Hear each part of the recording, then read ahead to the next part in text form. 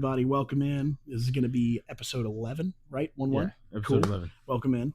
We're just going to kind of get right into it because Devin gave you some crazy news. He's getting sleeves. What? Yeah, so not anytime soon. It's going to be very expensive. Sure. But so Pirates, right? I love that one, I yeah. have this one. This one was supposed to have a skull and crossbones around But it's just the skull? It's just a skull. You were with me when I got I remember this. on your birthday. I remember he was supposed to do a crossbones and then the two swords that go up the sides. Yeah. So this arm's going to be pirate themed all the way That's up. going to be sick, bro. And then this is going to be animals. I want a big lion or a grizzly bear. You want a bear? I remember, yeah. And so I want to get either a grizzly bear or a lion over here and have maybe like an octopus come down. Dude, no, you got to lock in, bro. Get Hold a on. kraken on your chest to be the pirate connection. Hold on. Go ahead. And I want to get an octopus or something. Here, yeah. You know, whatever. Sure. And then as it comes up, though, I want it to like almost fade into evolution across my chest. Oh, shit. So To the like pirate. so you'll have like Neanderthals. Yeah.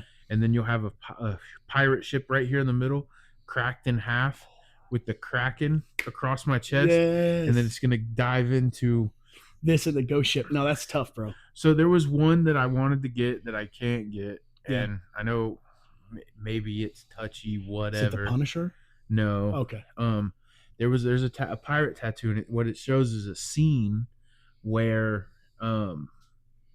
it's pirates being hanged. Yeah. With the British or whatever. Yeah. Or abandon hope all ye who enter here. Yeah, that type shit. Yeah. And so, but the problem is to get it here. While I sure do have a lot of real estate here. Mm-hmm, but if you lose that.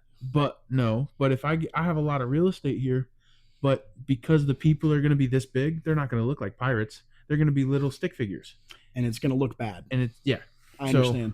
Because, yeah, I understand. But so I'm going to have to find something else. I would really like that if you could tell. Like, yeah, if there was a way to just like drag and drop PNG, you know, like just kunk, you know what I'm saying? Absolutely. But like, you know, I bet you could talk to like a realism artist. Yeah, but they're expensive. So like I don't know if I've showed you. So there's a lion tattoo that I want that I've gotten priced at like I wouldn't go to anybody except for like Miami Ink. Cool. Like yeah. I've talked to I don't remember if it was Miami Ink or one of the other big name ones down in Miami, Orlando. Yeah. Mm-hmm. Because you used to be down there, bro. Well, I talked to a guy out in California because I was gonna fly out and get a tattoo. Yeah. Years ago when I was making money. Yeah. But it was going to cost like $2,000 just for the tattoo. Yeah, those are the maybe good ones. $3,000, and it was going to be a lion. It was going to be realism, and then so the lion's face was going to be cracked in half with gears and clocks and all kinds of stuff. That's so sick, in it. Bro. I think you've shown me this, and it looks kind of like a clock too. Yeah. Yeah, dude. No, I've seen this one. Yeah, you did. No. I mean, you know me, man. I've got my I got like some really nerdy ass tats, but they mean something to me that I want to get. I want to get the Delta symbol on my right hand, and I want to get the AF on my left hand from BioShock, because I love BioShock 2, and so the Delta on his hand is just so cool to me because that's what you see in the game is the hands, right? And so like, and it's such a like distinct mark that like really sticks out to me. It's just a letter A, a letter F, simple. And it's just a Delta symbol. That's not hard. Who do we know that has a tattoo? It's like maybe this might be a bad symbol. I don't know. Sure, yeah. Okay, good. But good. I don't know. It's good that we ask questions. It's a triangle with a circle in it touching all sides and a line that goes. Oh, that's the no, that's not a bad symbol. That's Harry Potter. Okay. That's the the Deathly Hallows is what it's called. So the triangle is the cloak, the stone of immortality, and the elder wand. Okay. And I think that's Austin. I think Austin has it. Quite possibly. But yeah, no, that's just a Harry Potter symbol. I know what you mean. That looks scary. Like that looks witchcraft or like, yeah, like, no, I'm with you. It is kind of witchcraft though. Now that I think about it, right? Because it is, you know, wizards and stuff. But no, and then the only other tattoo I would get is on my right hand here. I want to get the Yu-Gi-Oh! 5D's signer mark. that Yusei had, which is also just a thin line in the shape of a dragon. And it's like, I know that that's going to be like... At this point, we just need to get matching tattoos. Dude, I would love to do that with you, dude. Absolutely. You're my bro. For sure. We'll get something like a Yu-Gi-Oh card or something. A Yu-Gi-Oh card? That would be tough, bro. That would be... Dude, check it out. Yu-Gi-Oh card, right? But in the center of the portal, the WWE logo. Tough, bro. I don't know. No, I don't do logos or brands. That's right. Because... what if like WWE comes out tomorrow and sponsors some really abhorrent stuff and that's on my body? Not even that. Like, what if they like get you for copyright and they take a pound of flesh, literally? Literally, bro. Well, think about it. We got Pepsi Man still wrestling. Yeah, but he could be like, I just colored in the lines. Oh yeah, that's fair. I also they don't use that logo anymore. He has the 2000s logo, that really cool sphere. I don't know. I kind of want to get. So I saw this one guy. And I got a lot of real estate on my legs. Sure. That has all the starter Pokemon from Tough. Gen 1. Whoa. So like Squirtle, Bulbasaur, and Charmander? Yeah. Sick, dude. Dude, I'd love to get a Pokemon tattoo with you. That'd be so cool. Dude, let's do it on Pokemon Month. You want to get a matching tattoo? If we could afford it. Yeah, you know what? If it's real big. That should be like when we do our 24-hour streams. That should be one of the goals. If we get like a certain threshold or something, Yeah. You know what I'm saying? So here's the thing: how big do you want to get it though? I've got a tattoo before, so that's no. Go on. I know I have a really good pain tolerance. Can I tell you what's going to get me on this tattoo? Time. I'm going to get bored quick. So if I just have my TikTok, I can just let him go to town. You know, well, where are you going to get it? I don't know. Let's just hypothetically say I get Charmander and you get Squirtle. Sure. Where would you get your Squirtle? Oh, and how big would you get? I see. I thought when you said where are we going to get it, like what tattoo parlor? And my buddy, who I did work with briefly, does own a tattoo parlor. He like retired it, came to work with me for a little bit, and then he was like, "Oh, I can't set my own schedule. I'm going to go back to where I was to my business." And I was like, "Yeah, valid." You know what I'm saying? And he's been like, "Come by," but he's actually really good. I'll show you his work. Okay. But like, yeah, if I'm going to go get a tattoo, I'm going to go there because dude, this guy looks so cool. Like his work is insane. And he has some that other people have done for him, but a majority of his work is his. And like this guy, he's really talented. I'm not going to say he's like, sleeved completely out, but he showed me like numerous tattoos and stuff that he did, like nerdy stuff. Like he was able to replicate, you've probably seen this tattoo. Somebody just came in and was like, I want this, but like this style, but this thing, right?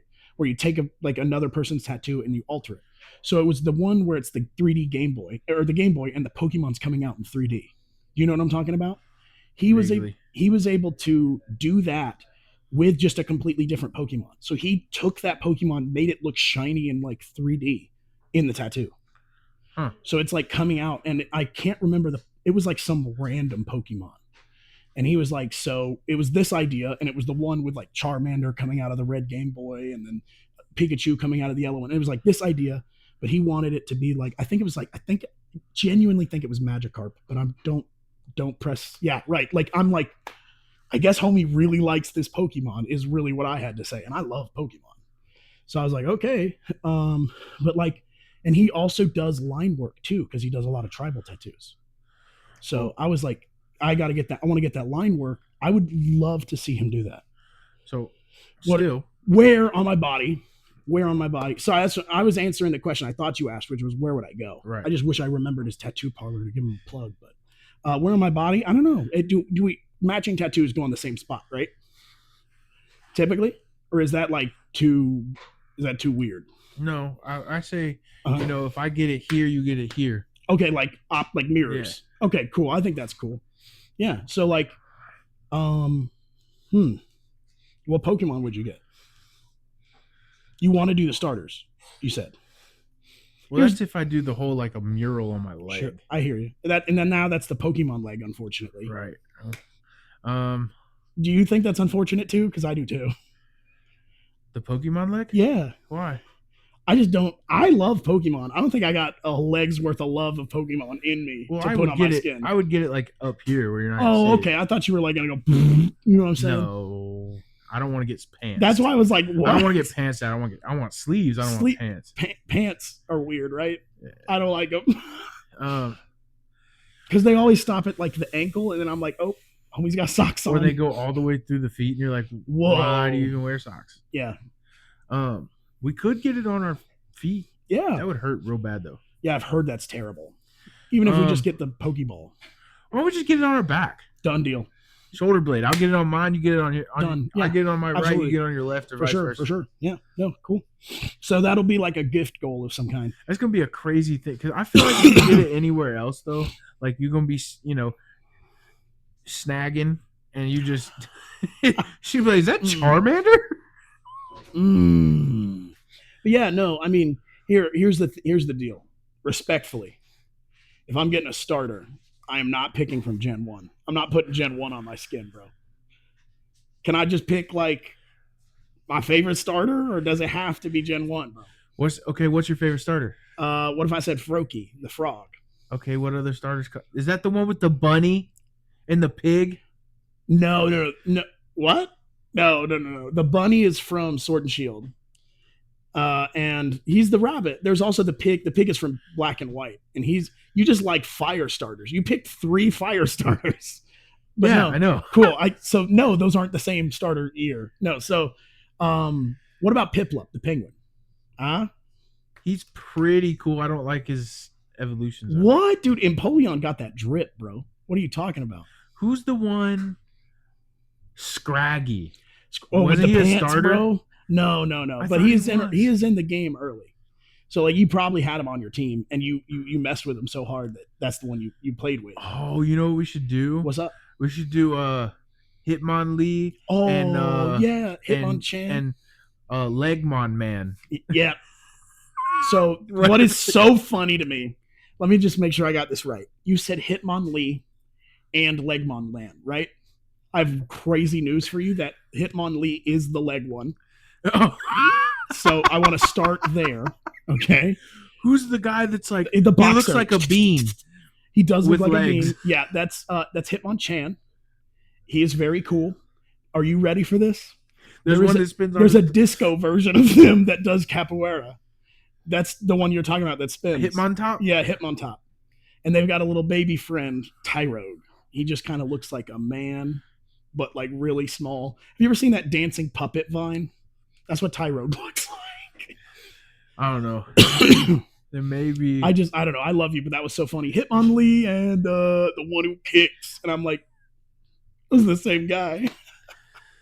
I don't know. We can figure it out. No, for sure. Like, dude, you mean his tattoos? Yeah. Hitmonlee and Hitmonchan? Can I get Hitmontop? That's cheating. Why? You gotta have buddies. Hitmontop's a buddy. No. He's the third buddy you call in sometimes. You know what I'm saying? That's like. Yeah, but he's the dumb one that spins on his head because he can't figure anything else out. He do have some hard kicks, I was though. a question. Does he probably have a lot of head injuries? Yeah, but he's short. Oh, he's short. Okay. He's like this tall. They're all short. No. I think, here's what's crazy. I think Hitmontop is the same height as them. I think they're all 3 the same height. But because Hitmontop is designed so thick-linedly, he takes up so much more space than them. I don't know. I know that Legmon Man. Yep, him. He just looked like a big potato. Did you know he can shrink his legs in and just be a potato? I did not know that. They like collapse like bendy straws. And that's how they click. Huh? Anyway. Sorry, guys. I had to get him with the Pokemon knowledge. So I think we'll have to. What about just Pokeballs? Is that like too crazy? Is that too generic? Yes. Okay. What if we did a Pokeball with the starter in it? Okay. I still have to pick starter. Why can't we do first gen? How about we do first gen Pokemon? Okay, I'm back in. I'd love to get a Magnemite. A what? Magnemite. Is that the lava guy with the beak? That is Magmar, and I can see how you got there. First of all, Magmar's face is a butt. I do not want that on my body. I just want to start there. No, his face is pooping. I know what he looks like. Okay. Do you know his Japanese name? Not a joke, guys. Do you know his Japanese name? Buttface. Buttface is tame compared to what his real Japanese name is. His Japanese name is Boober. I'm dead serious. His Japanese name is Boober. Neat. So there's that. But when I type Boober as a nickname for it, you can't use that word. Okay. The double standards from Pokemon. So who would it be out of all? Magnemite? Oh, Ditto. I'd get Ditto. I'd love to get Ditto. That checks out. I really like Ditto. Ditto transform. He cool. Your brain be. Okay, what if I get Ditto turning into a Gen 1 starter? And so he's got the Ditto face. That would be crazy. You see what I'm saying? You're talking about like the... So you could get Charmander, and I could get Charmander Ditto. You see what I'm saying? That would be tough. Tell me that wouldn't be tough. I like it. Cool, bro. I like that. Or we could... Is there a Ditto Charizard? Yeah. We could do Charizard. Dude, Ditto Charizard would look goofy. Could you imagine his big dragon eyes with just... Yeah. Yo, dude, that'd be so tight. I'd love that. Yeah, no, for sure. You know, I used to not like the Ditto face. I used to hate it. I don't like it. So okay, dude, here's why I hate it. You ready for side tangent? So in the show has this like trainer where she is like a good actor. So she can dress up really quickly like Ash and start mocking him, right? Like, so it's like a cartoon character essentially. But she mimics other people to mock them, so she has a Ditto. The problem with her Ditto is her Ditto isn't a very good Ditto, and that's why she found it for free. Because when it transforms, its face is still stuck. And so they have to do all of their magic with the Pokemon turned around, and it doesn't work for their show. So they have to ask Ash and the team to help them like cure this Ditto of this like psychological block or something that's wrong with it. Like even to the point where like Ditto can apparently replicate dead cells, which is crazy. Like he turned into a book because it's made of paper. I was like, whoa, that's insane. But it still had the dumb face on it. So for me, whenever Ditto is they draw a Ditto, I'm like, okay, all Dittos but like one should look exactly like the Pokemon. So whenever I saw like 90% of all Dittos are just a bad Ditto transforming with that dumb face, I was like, this one bozo Ditto ruined Ditto. And then I lost a little bit of my autism. It fell off of me like my shell coming off.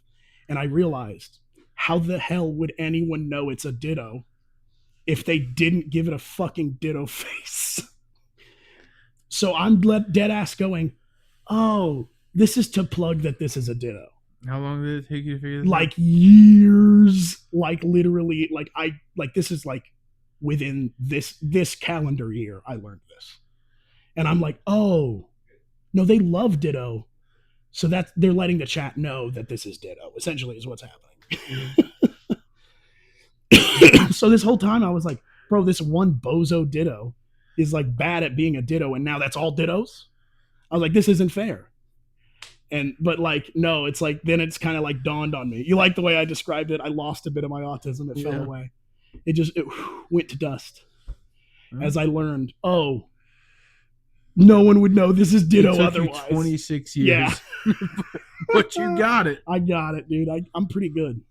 So that was the side tangent. I knew you'd appreciate that. So we're going with Charizard? Charizard? I got to get a Here's what I'll do. I will definitely do Charmander, because I've seen a good Ditto Charmander. If we can find a good Ditto Charizard that I like the look of. Cubone is crazy. How am I going to do Ditto? His face is covered with a skull. Does the skull have the lines with the dot? Oh my God, we did know it could replicate dead matter. We did know that. Holy cow, we did know this, because he can turn into a Cubone with the dead mother's skull and everything. Oh my God, no wonder this wasn't an ass pull. No wonder they were like, yeah, no duh, he can turn into dead matter. Look, and he turns into a book. That's crazy. Whoa. I want to see if I can find a Charizard Ditto. No, did I ever show you this? Mm-mm. This picture? You're going to be like, oh no. That's real. That's like my headcanon for real. Does it actually? I think, here's the deal. It's one of the two. I think, here's the deal. It's one of the two. It's either Charizard, it's either a Charmander that went dark type. Also, look this up. This is real on official merch. There's a Cubone card where he takes the helmet off and he looks like a Charmander.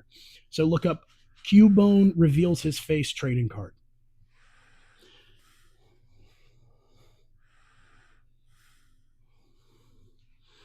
And this is the only image, official image we have of Cubone without its helmet. That's the one. It looks like a. Wait. That's a redraw of the one. Let me see. Is there one that is the trading card? Let me see. It doesn't look like the regular trading cards. It's like just art. Oh yeah, I was right next to it. Yeah, kind of. Oh yeah. That's it. That's the one. So, isn't that crazy? Yeah. Y'all look that up. That's crazy. Isn't that crazy? So like it kind of lost its flame, but because it's like a lizard still, it gained ground type. Do you think there's like validity to that though? I think it is more likely a Kangaskhan. Do you know what I'm talking about? There's a Pokemon in Gen 1 called Kangaskhan, who is like a mother with a little baby in its pouch.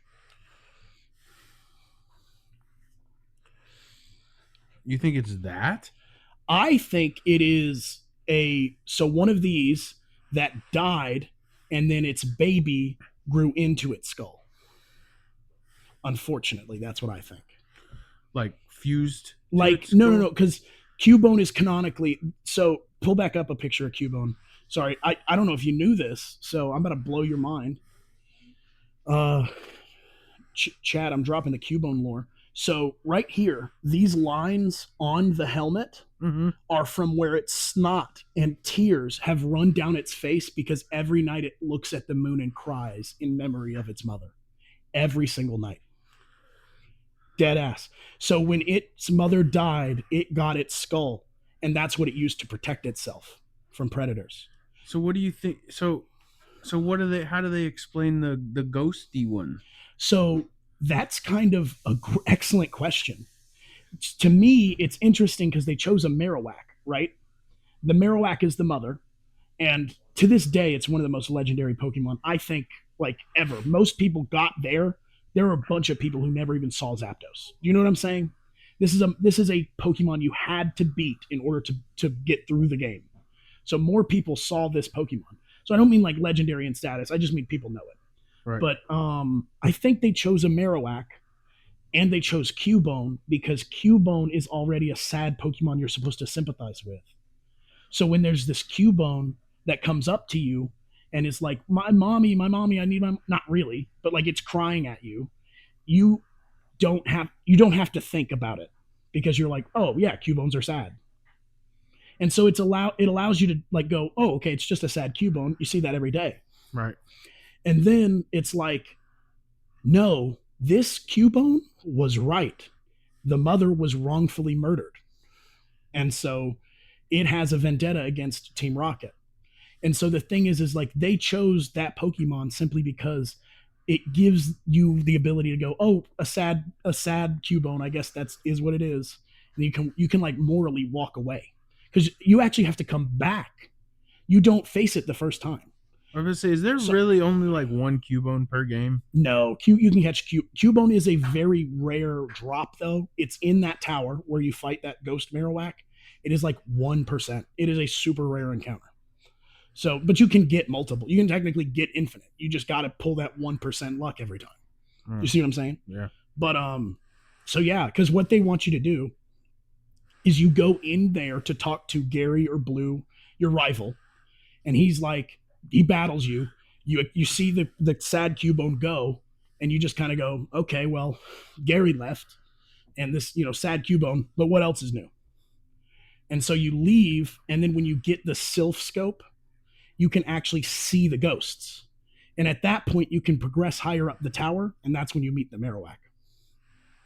Which game is this? This is the one you're going to play. Which one? Let's Go Pikachu and Eevee. Yellow, blue, gold, green, or yellow, blue, green, red. Fire Red, Leaf Green, Let's Go Pikachu, and Eevee have this in it. This same storyline? This exact same storyline. Oh. So you are going to experience firsthand this. I know I kind of spoiled the rug pull. Right. But you asked. Right. So that's why it's like, I really think it's Kangaskhan also, because you see how small that child is and how big the Kangaskhan skull is. It could reliably use that skull as shelter until it got bigger. Right. And that's what Cubone is. In my opinion, that makes more sense because the art from that Cubone is official, but it's like, I remember now, it's from Pokemon Go, which is Niantic. So that's not the Pokemon team. So the thing is like, it is official, but like, is it the boys? You know what I'm saying? Like, is it Akira Toriyama? Is it canon? You know what I'm that, like type question. And so I don't really think so, because Ken Sugimori's original story was that it was Kangaskhan. Like, that's leaked. So the thing is like, that's not confirmed officially, and they could make an official statement saying tomorrow it's Charizard. You know what I'm saying? Right. So we don't know, and that's kind of my favorite part of Gen 1 is all of these questions that it left you with. Like, you don't know a lot of the things about Pokemon, and that's what made it wonderful. But then, like, I like Gen 2 a lot, but they are over redundant and like explain things too thoroughly. And it's like, okay, there's no loose threads. But I think all the Pokemon games lost that. Gen 1 has that in spades. I will give Gen 1 that. Their Pokemon, I'm just teasing. I'm spoiled. Modern Pokemon designs are so cute. Yeah. Close it out. Oh, close what out? Oh, this, you keep looking at it? I do keep looking at it. I keep looking at myself. Oh, no.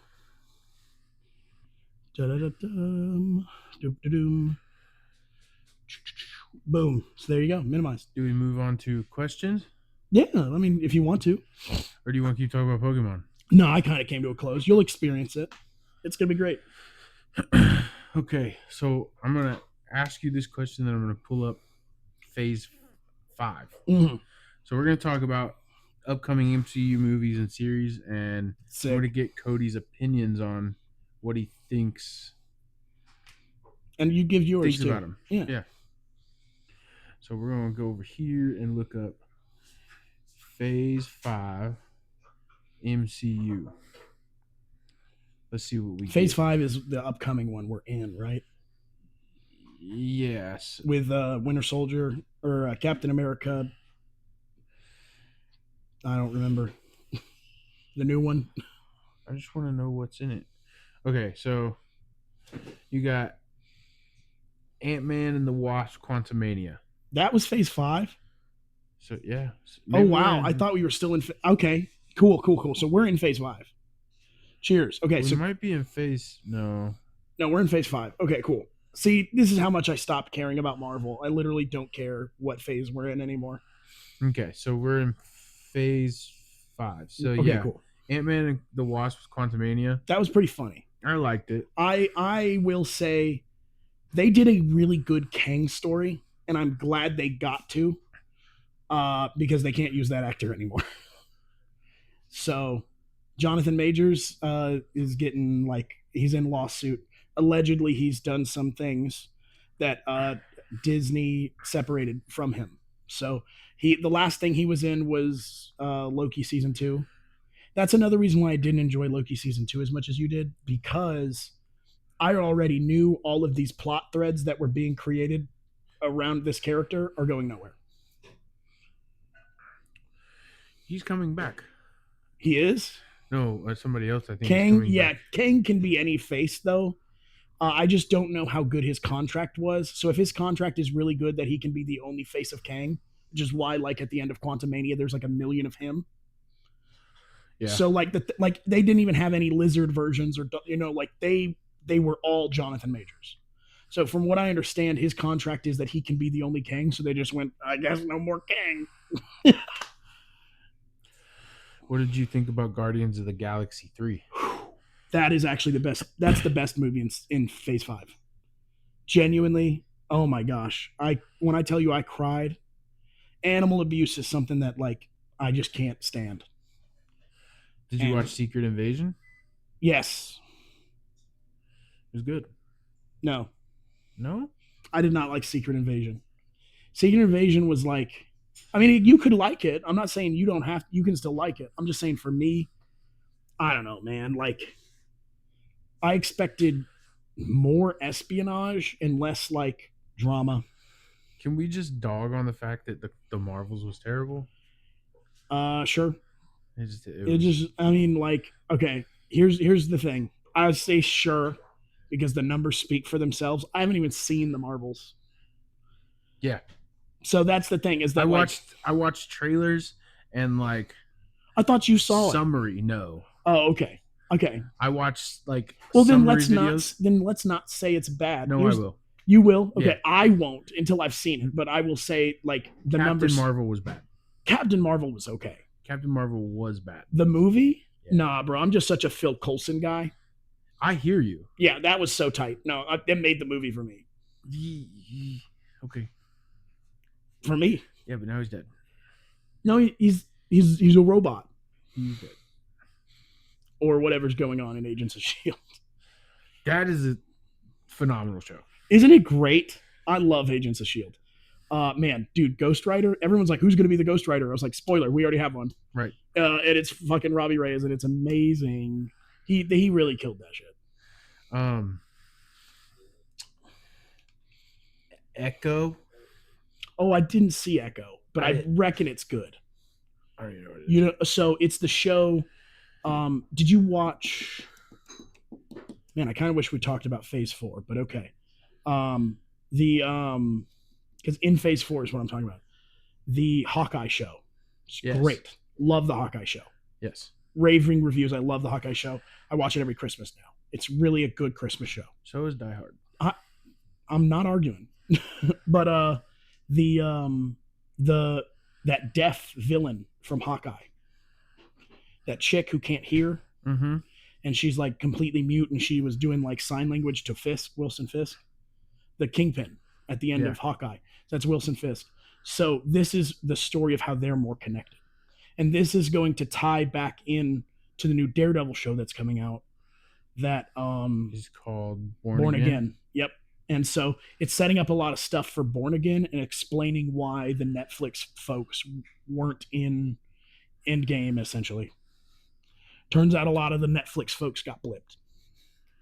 Really? Yep. So essentially the reason why we didn't get the Defenders, they got blipped. The reason why Wilson Fisk kind of disappeared and came back, he got blipped. Didn't tell anybody he came back and went underground. What is this, Your Friendly Neighborhood Spider-Man? It's a CG show. CG? Computer generated. Okay. So it looks like, I don't mean to be rude, but like, you know how Into the Spider-Verse looks like really stunning because it's a film and it has so much runtime? This looks like if you tried to do that, but had to make a TV show. So naturally, it doesn't quite look as good. I'm not saying it looks bad. It just kind of doesn't have film quality to it. Is Into the Spider-Verse canon with MCU? I'm going to tell you for Cody's head canon, it is better than MCU's canon because they will just call the universe 19999 instead of insisting it is 616. But homie, we already have a 616. You can't have that, Kevin Feige. Feige, give it back. No, put it down. 616? 616 is the main comics continuity. So what Kevin Feige argues, and this is like grand debate, this is like super above table shit, where he argues that what the MCU is not an alternate universe within the Marvel multiverse, but a retelling of the main comics continuities through the medium of film. So he believes we are calling it Earth 616 because this is the main comics continuity just being told through movies. He's like, so it is the same canon just being retold in a different way. And to me, I go, that is so much less interesting than being one of the cool ass universes. You know what I'm saying? And so before Kevin Feige made that statement, because he couldn't, because Joss Whedon was really in charge of the show, phase 1 and phase 2, they had given it the distinction Earth 1999999. Sorry, I've practiced that because I'm dyslexic and the numbers dance for me. Right. But so the thing is like in Into the Spider-Verse 2, when Miguel O'Hara, Spider-Man 2099, is talking about how like you multiverse hoppers and you multiverse ruiners, I hate you guys, blah blah blah blah blah. He like name drops, not really, but like does. He goes, that nerdy doctor from Earth 19999. And he's talking about Doctor Strange because he keeps fucking with the multiverse. And he keeps fucking with the time space continuum and fucking with Spider-Man. So is it canon or not? Yeah. So because how come in because this is why, because Childish Gambino, I forget his actor's name right now, Donald Glover is in those movies live action, and that is a version of the live action MCU appearance of him. So he's in Spider-Man Homecoming, if you didn't know. And they set him up to be this character, and he is that character in Spider-Verse 2. So why didn't we see Miles Morales in cartoon form in No Way Home? Oh, No Way Home was a lot harder to do than Into the Spider-Verse. Yeah, but like we could have seen him like banging on a TV or something. So right now, in the same way that the first Into the Spider-Verse was small, you only got 5 different Spider-Men. That's it. That's what they did. They focused on, these are the ones you want to see in live action right now. You want to see Toby. You want to see Andrew. You want to see Tom Holland. Great. Let's give it to you. And that was the focus. That's why I think that project is so great, is because it's fan-led.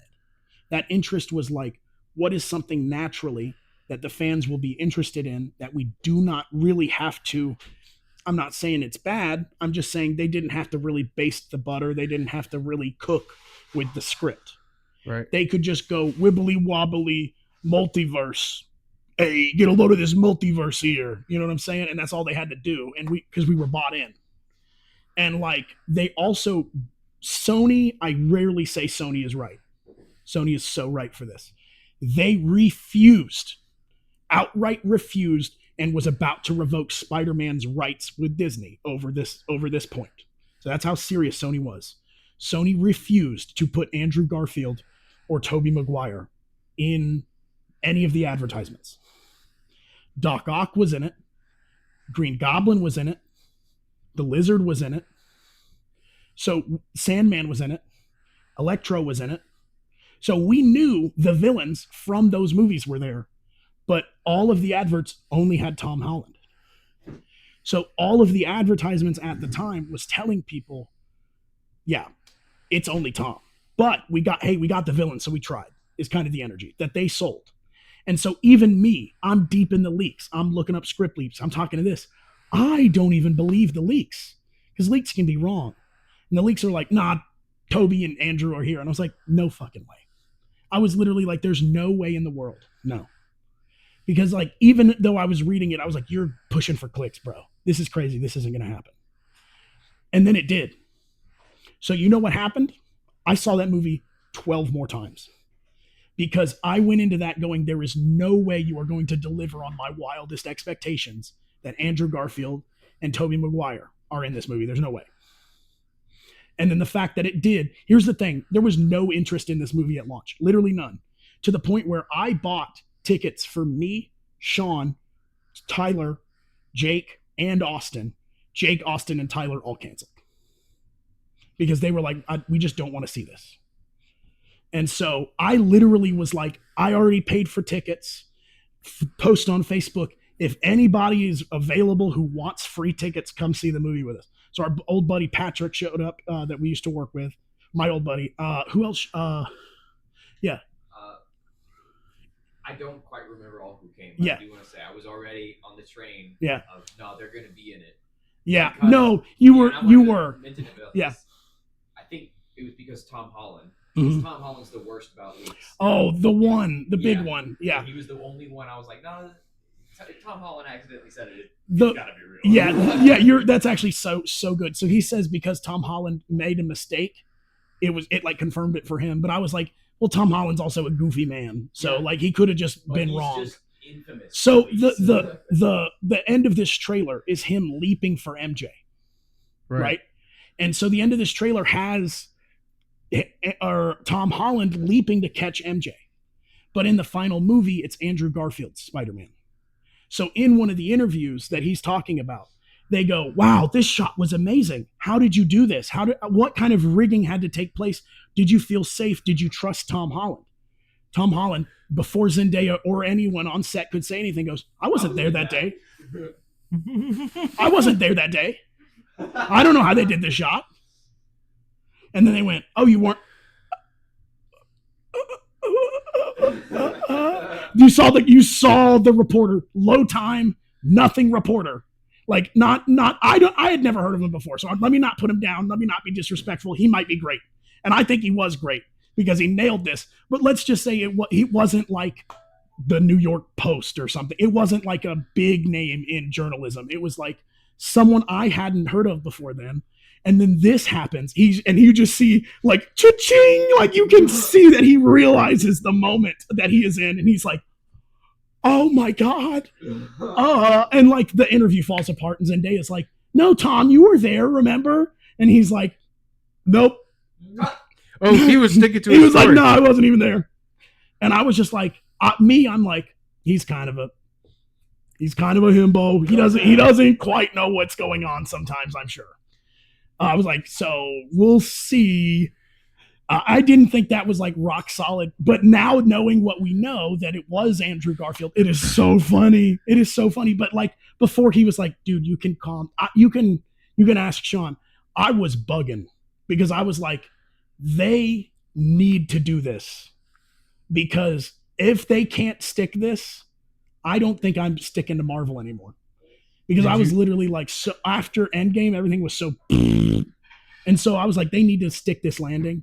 And he was like, "Don't stress, it's gonna happen." And then it did, bro. I went crazy. So the reason why I saw it so many times is because I got a great deal on tickets because I was dating the movie theater manager at the time. Right. And so I got an amazing deal on tickets. She didn't give me free tickets or anything, but like, hooked me up because it was like, okay, this is a dead showing. The room's not full, so we can do this, and this, and you get my friend's discount, type stuff. So it was like I was seeing movies at like great deals. So I was like, I'm just going to dump money into this. I got a gift card because you also get an additional percentage if you use a gift card off online.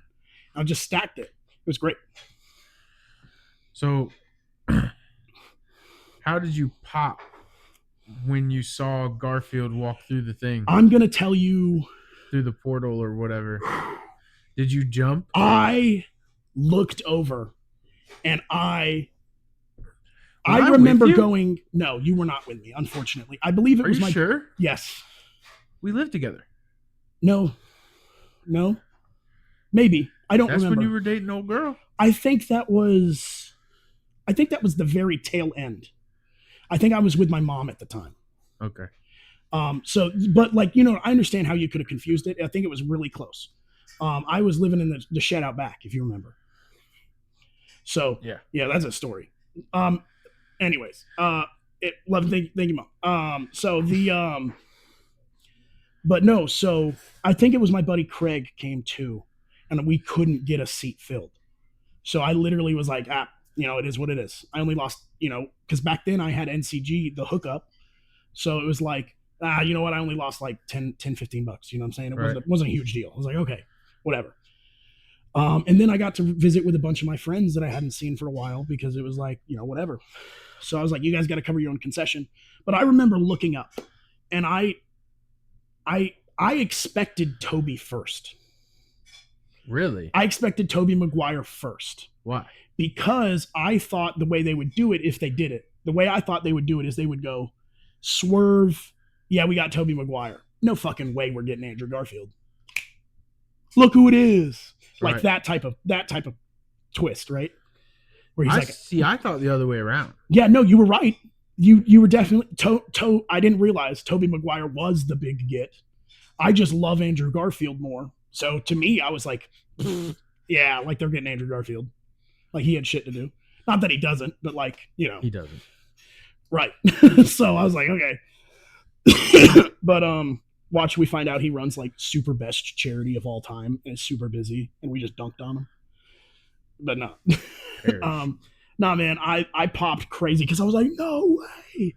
And then like I looked over and it was me, Sean, and Craig. I believe it was Craig. It may not have even been Craig, but one I remember it wasn't Patrick. Not our mutual friend, ex-roommate Patrick, but another friend I know named Patrick. And he so I looked over and everyone's kind of popping big but Patrick. And Patrick's just kind of like, "Oh, cool." He's like, "Oh, sweet." And he's on the same page I'm on. Where it's like or the same page you're on, where he thinks, "Oh, so we're not going to get Toby." Right. He's like sad because Tobey Maguire was his Spider-Man because he's a little older. Right. And so I remember looking over and I was like, I felt so happy. But the fact that like he felt sad, I felt really sad for him. I was like, you know, he was a pessimistic guy and I was really hoping this would be a fun outing for him. And then like, oh man, you didn't get your Spider-Man, bro. I'm so sorry. You know, type feeling.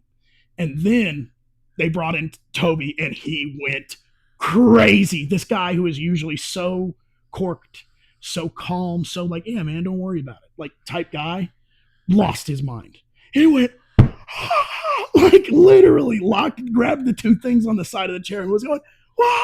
It was awesome, bro. And for him, that's like insane. You know what I'm saying? Right. And like, I was like, oh, cool. So that was the experience is that like, I kind of got to see every type of Spider-Man fan I know get a pop essentially. Right. It was really, really cool. So yeah, sorry. Do you want to go on? We could definitely move on. Do you want to? Is there more of Phase 5 to talk about? No. Great. There's Deadpool and Wolverine. That was a whoa. great That movie. was gas. Did you hear about the controversy? No. Me neither. And I don't want to speak too much on it because I don't know anything. But allegedly, there's like a beef between Blake Lively, that's Ryan Reynolds' wife, and another actor who I can't remember right now. And he is alleging that they put subtle and innuendo jabs at him with personal things that they shared, like, or he may have shared with Blake Lively. And so essentially he's like freaking out, and I don't know what's going on, so I'm not going to speak anymore other than like, we sure do love the Deadpool and Wolverine movie. And I don't, if it was any subtle jabs at this actor, I don't know. I missed it. If there's subtle jabs at an actor, we act right. I don't know. That's what get roasted. Do you have any speculation for Thunderbolts? Thunderbolts, God. You think it'll be good? I think Thunderbolts. Man, I hope it's good. The guy who plays Hopper, who also plays Red Guardian. Yeah. He's the guy I really want to see succeed out of this. You know what I'm saying? Yeah. This isn't my Thunderbolts. I just want to say that. You know, it's very different than the ones in the comic books. So I'm going to give it a fair chance, and I'm going to see it. The trailer didn't convince me. Did it convince you? I haven't seen the trailer. There you go. The trailer for the Thunderbolts came out, and it's like, it looks like Fast and Furious 4. Like they're in a big desert drive and they're going forward and they were driving or whatever. And then apparently Bucky like grabs their car as it goes by and stops them or something. Like I literally can't remember it. I do have a bad memory, but like it didn't make me go, oh, I want to see this. Right. I think the most interesting character here is Ghost. Ghost is from Ant-Man and the Wasp. You remember that gray person who could go through walls? I'm excited to see what they do with Ghost because Ghost is attached to Morpheus. Morpheus is actor. Goliath. Do you know who plays Morpheus? Do you know what I'm talking about? Morpheus from The Matrix. Oh man. Is it Fishburne? Is that his name? Let's see. Morpheus from The Matrix actor. Yeah, Lawrence Fishburne. This guy. So he is a part of. Is he balding? Yeah, and he is in Ant-Man and the Wasp, and he is kind of helping her. And from what I understand, they kind of like killed him off, but like in the twist, one of the post credits is that he's still alive. And like no one's low-key talking about how this ex-SHIELD agent who was testing with Ant-Man and has this thief on the loose. Like, it's crazy that they have gone completely untouched for a phase and a half, and I want to see what's going on. So, but the thing is they're not going to give her the screen time. They may give it to Lawrence Fishburne and therefore her, but I don't know if Lawrence Fishburne's a part of this project. So the thing is it's like the parts of this that I'm interested in don't have the right parts in play. Right. You know what I'm saying? And I don't want to be disrespectful. Maybe it'll be great. I mean, you know me. I don't like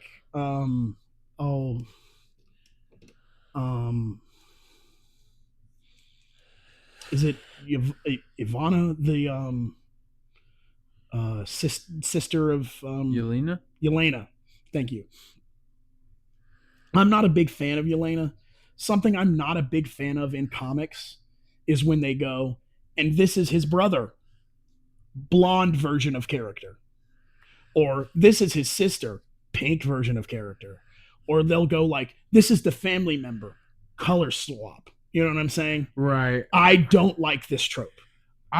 So the thing is when they were like, oh yes, I am just like Black Widow, only blonde. And I'm like, and looks better. She's very pretty. Nah, you crazy. Then ScarJo? Who? Scarlett Johansson? Yes. Nah, you wild. You like blondes. Okay, fair. I guess I like redheads. So here we are. You know what I'm saying? But like you're like upgrade, and I'm thinking like, okay, not only are you downgrade, no, I'm just but you're doing this dumb comic trope. So to me, it's like, I don't know, forgive me for being raised on the Ultimates. You know, that's the series of comics I grew up reading. So to me, the Ultimates is like realistic to a fault. It's like, you know, so to me, it's like, please explain this. And they went, we're not only not going to explain it really well, but like, also we're killing Black Widow off. You know, she's dead. So it's like, for me, I'm like, that is one thing I didn't get though. Yeah. They killed her off and they made killed a her movie. Off. They also killed her off in a definitive way because the way she left is unfortunately one of the ways you can't come back from. But I guess Gamora did. So that's the thing is Did she? Yeah, because she's back in 3. So then maybe she is back. That'd be wild. But they said that it can't be done, but it was done. So I don't know what's happening. But like, you see what I'm saying? I don't think it's like, you know, I don't want to make fun of her or anything, Yelena. I've given her a shot. It's just that movie didn't wow me. I will say I liked her in Hawkeye. So I guess she's getting better. But to me, it's like, come on, man. Like, could we get this feels like a blatant replacism. And I don't even say that about like She-Hulk. This just feels like this is the Black Widow you get right now because Scarlett Johansson is unavailable, is what it feels like to me. You know what I'm saying? Is that my wrestling booking just kind of mixing in a little bit? Yeah. I don't know. I don't know. I thought the story was cool for Black Widow. I think I just need to rewatch it. It gave origin, Black Widow an origin story. Yeah. And that was good. And the Red Room, you know what I'm saying? They did all that good. It didn't. I had no expectations, and it's just kind of like I left with nothing. Like I kind of was like, okay, wow me movie, and then the movie was like, we're going to talk about you remember all the references that Black Widow's ever made? We're going to explain all of them in a row and then give you credits. And then I go, cool. So I guess cool. Thank you for the Cliff Notes version of Black Widow's story. This did nothing for her character for me. And I understand that they couldn't do that. And that's like a whole part of this lawsuit. Scarlett Johansson is alleging that like they killed her character, like literally just made her butter toast in this last movie. And it has affected her future, like working with the company and other companies. So there's a lawsuit about that right now. And I don't mean to, I just forgot about that. But like the way that I worded that made me go, oh yeah, also the actress agrees with me. So, Hmm. but like when I watched it, I was very unimpressed. I was just kind of like, okay, like even the spectacles of like giant buildings falling over and exploding. I was just kind of like, huh, you have found a way to make that boring to me. So that's the thing is like, it just didn't wow me. I didn't move. My needle didn't move. It just felt like an info dump. They were just like, here's all the lore. See you later. I thought that was cool. Sick. I mean, that's valid. But like, to me, it's like, I'm the deep fan that was watching Agents of S.H.I.E.L.D. and like reading the promotional comics and all that. So I knew a lot of this stuff.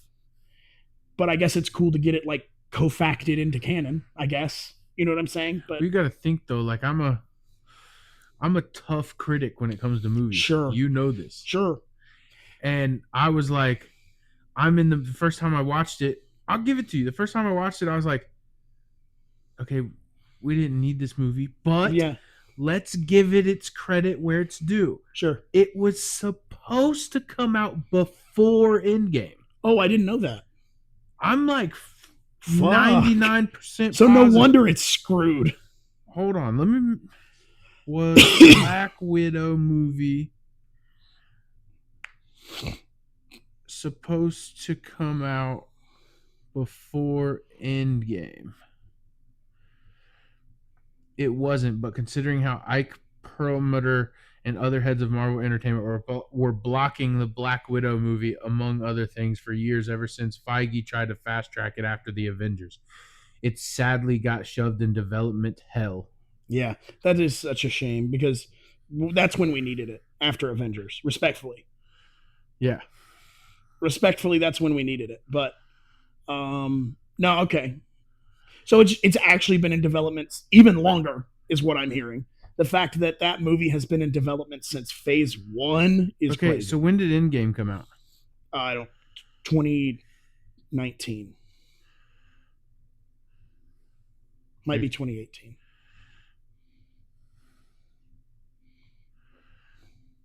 Uno momento, folks. When did Endgame come out? 2019, April 26th, 2019. Okay, it was 2019. That's what I thought.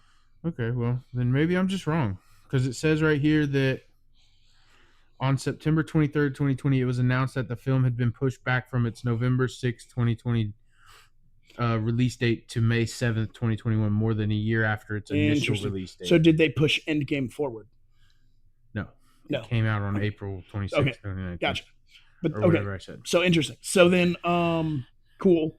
No, like, okay. The fact that then let me with that reframe, holy fuck, what a movie we got. No, seriously, the amount of movies that went over 10 years of like development that came out is like, I can think of 5.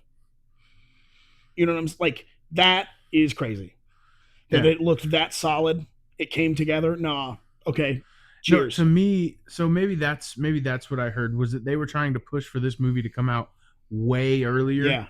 And they kept saying no. Yeah, no, that's... And so basically they kept taking the script back. And to me, what they did was they went through and after, let's just say they started the movie in 2016. Sure. And they finally got it approved. So they started filming in 2017 and then, or maybe 2018 or whatever. No, you're right. Typically filming works. It's typically about that early. But so they start doing all this stuff, and they're also doing Endgame, and then like the big wigs show up, and they're like, oh, by the way, she dies.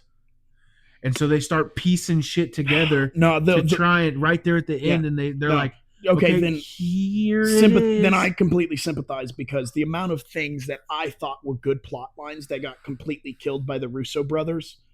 Now that this gets to be another one, yeah, dude, I don't hear what I'm not saying. I think they're great directors. They should not have creative power because they make dumb fucking decisions. Like dumb fucking decisions. So I like Ragnarok. I think it's a good movie. Okay. It's a fine movie. I've really come around on it. But essentially what happens is they go, by the way,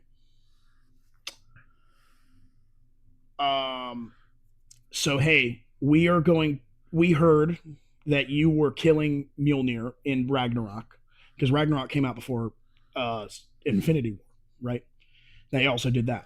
So they were like, cool. So you were destroying Mjolnir, Thor's hammer, in this movie. Cool. That's all we needed to hear. So they write their story, and their story is, I need this extra cool space hammer because this is what will defeat Thanos, right? That's the plot that they write. And then they go, cool, here you go. And then Taika Waititi, the director of Ragnarok, went, oh no, fuck me, I guess, because his movie is like the lesson that is taught to Thor is literally summarized by a quote from Odin, where Odin goes, you are not the god of hammers. You are the god of thunder. You do not need weapons. And so literally, this ruins so much. Thor gets trashed in the MCU. I hate MCU Thor. It starts out so good and it just goes boom, boom, boom, boom for me. The actor does great. I love Chris. No, I love him Chris too. Hemsworth? Chris Hemsworth is great, but narratively they fuck this guy. And it's like, this is another example. Like, if I'm invested in Thor's story and he's like, I don't need a hammer, I'm the god of thunder, I can throw hands with you and kick your ass even harder. And then it goes to, I need this weapon. Now I'm Thor, the god of axe hammers. Right. And then it's like, okay, are you sitting down? Then in Love and Thunder, Taika Waititi flips the script again. Now he wants Mjolnir. Oh, I miss Mjolnir. Me and Mjolnir like dated is the joke throughout that movie.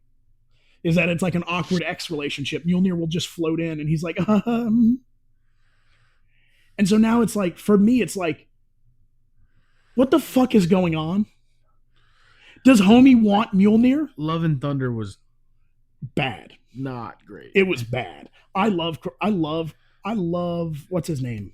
He played Batman. Christian Bale. I love Christian Bale. What the fuck? They had Christian Bale for Gore the God Butcherer. And look what the fuck they did with it. Nothing. Yeah. Shit and all. They had him have to communicate with Heimdall's son through bad video effect Zoom. They, like, you know what I'm saying?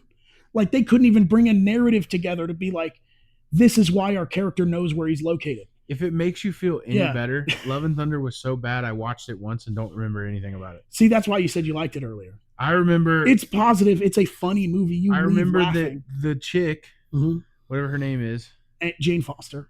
becomes Thor. Thor. I think they did that better. Here's what I will say. MCU has one credit to its name, is that it can take really shitty storylines from the comics and nail it.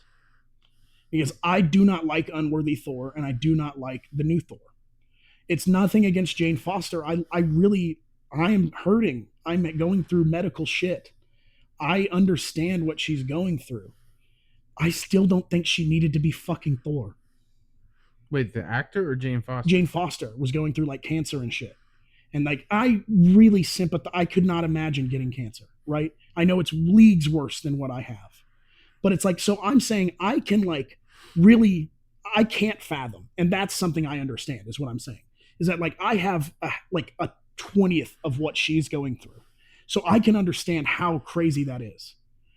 So the narrative like that we're supposed to, across Jane Foster's comics, that you're supposed to get is that like, okay, she gets Mjolnir and starts feeling better because turns out Mjolnir was just kind of saving her. So now when she doesn't use Thor's power, when she doesn't call upon Mjolnir, and she can only do it when it's worthy, because she was like, oh, well, I'm starting to feel bad. Let me become Mjolnir. Let me become Thor. Wouldn't work. Because in that moment, she wasn't worthy. Right. And sometimes being worthy is like, it's not the right time for this. And so the thing is, this Thor became itching for a fight. And so the thing is it's like, I'm not saying that's not a lesson you need to teach, and that like this power needs to be used responsibly. But it's like, and it's like, so that is narratively interesting. That it's like this is what's healing me, and I can only use it when I'm worthy. So it's almost like things she could prevent as Jane Foster, she ignores. And so it's like, to me, it's like it really destroys Jane Foster's character, because it's like she's this interesting scientist, and it's like, I know death does a number on you, but like you just completely abandon science. You know what I'm saying? It's like, it's crazy. They do a lot. I think Unworthy Thor landed a little bit better for me. I don't even know what that is. Unworthy Thor, long story short, essentially Gore the God Butcherer tells this phrase that he structured because he is a god killer in the interviews with Nick Fury. Nick Fury got the like kill phrase that Gore constructed, that one sentence that would completely make Thor completely unworthy in his own mind, and therefore unable to use the hammer. Do you want to know what this phrase is? Mm-hmm. I'm going to triple check, because I'm not. And then we're going to check to see how long we've been recording. Sure. We sure do got a lot more. We got a lot to talk about. I'll get there. We haven't even hit the first bulletin, and I think we're at an hour and a half. Bro, that's crazy, bro. We about to go stupid. What was the phrase that made Thor unworthy? Not Thor. Thor.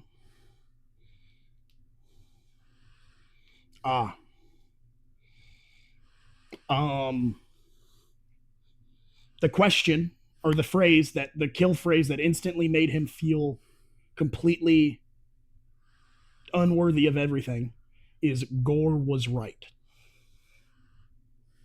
So just simply by telling and presenting this thought into Thor's head, you go, Gore was right.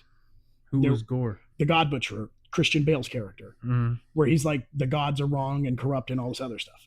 Simply by apparently presenting this thought to Thor was enough to make him completely unable to wield Mjolnir. Even though he was actively helping fight against Thor, or Gore. And so it's like, you don't think at one point, that entire arc, he thought, maybe he's right? You see what I'm saying? It's just, it doesn't do justice to the character. But now, the reason why I think it's cool is because he like starts forging shit with lightning now. He'll just be like, fuck it, I need a new weapon. And he'll just like pick up some iron and go and like shoot lightning at it and just be like, cool, I got a mace. We'll see how long it takes for this to break. And so it's like a real Viking guy now. And I'm just kind of like, okay, this is pretty tight. This is pretty tight. So yeah, sorry for the Thor distraction. But that's back to the original conversation. That's why I think he got a bad wash, because the Russo brothers did that. And now you explaining that the Russo brothers kind of also shit on Black Widow makes sense. Okay. Whew, to put that in a bow. Let's check the time. Oh yeah, let's do that. I want to see. An hour. Okay. Right at an hour. Okay. Not bad. Not terrible. Sorry about that. No. Okay, cool. I was just like, you didn't expect me to have all this energy. Yeah. I'm sitting here, I'm going like, this is question one. We got to the bottom of the list, and I'm like, there's no way this goes on for another 30 minutes. Yeah. And it's cool. All the information you told me was great, but I was like, I don't know what any of this is. Really? Oh man, I didn't mean to like just info dump on you. No, I've just never heard any of it. And so now you know. Yeah. So no, man, that's why it's like, for me, it's like, it's been a real shame. Do you want to hear a fast funny fact? Thor, in the first movie, they had to dye his eyebrows blonde because in the comics he was a full blonde. Yeah. And they just stopped doing it in Dark World. And they just said, fuck it, we're just not going to do that. And so now there's like, no, Thor just doesn't, they don't have to dye his eyebrows anymore. And apparently Chris likes it more, but. I'm sure he does. Yeah, I'm sure so. Stop it. You getting sleepy, huh? Mm-mm. So question 2. complete left turn here. Yeah. I guess it's kind of not because Thor's in space. Sure. Yeah. So my question to you is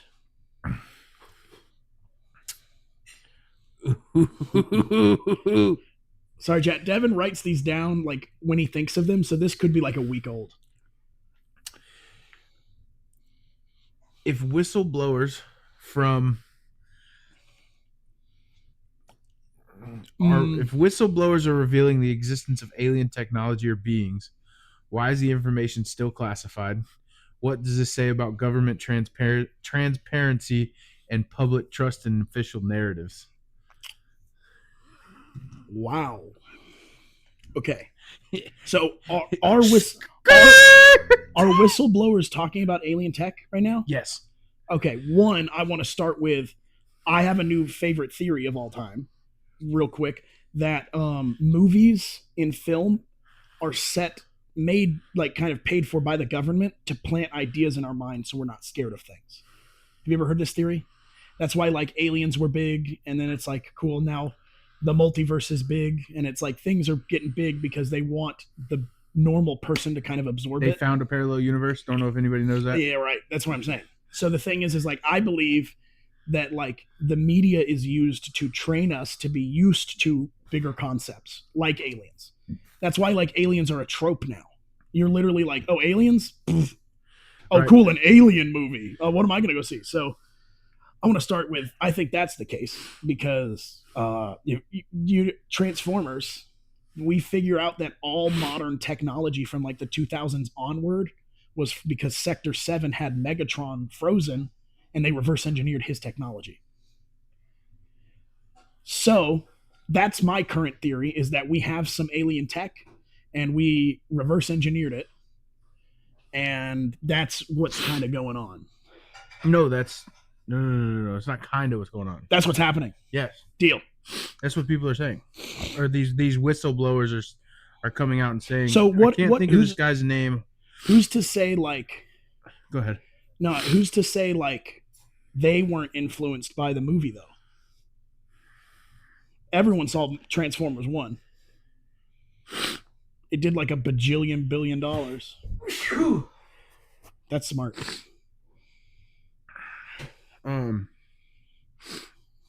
That's true, but hold on. What's this guy's name? Michael. No. This is an investigative journalist, Michael Schellenberger. Yeah, okay. You're reading his article. No, he was who was on there with it. So yeah, I would just say it makes sense.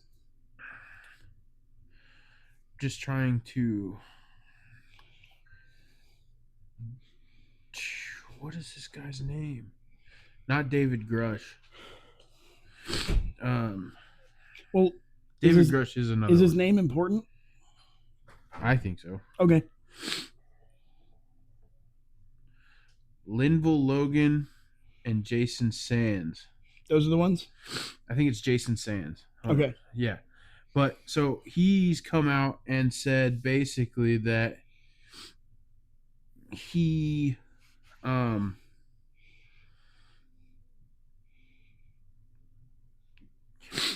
used to work for. Was this the Area 51 whistleblower? I don't remember. Okay. But basically he came out and said that he worked for this very, very top secret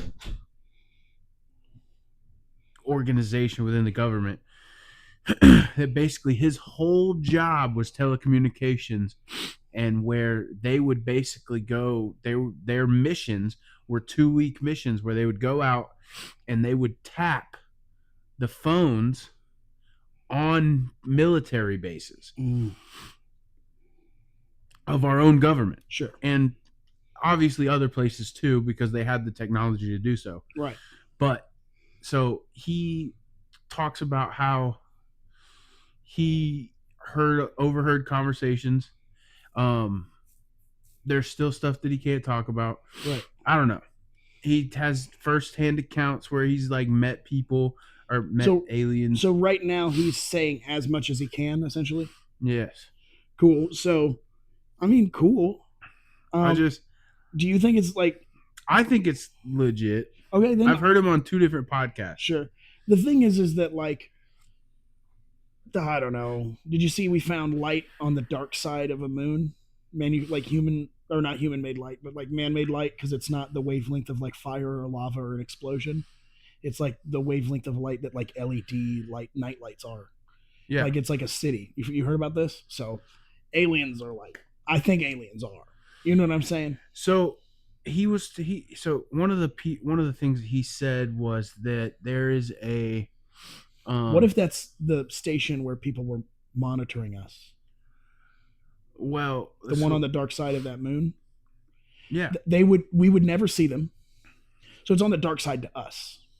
So then how do we know there's light there? Because we now have a new telescope that can like use the light around things to determine what's on the reverse side. The James Webb telescope is insane.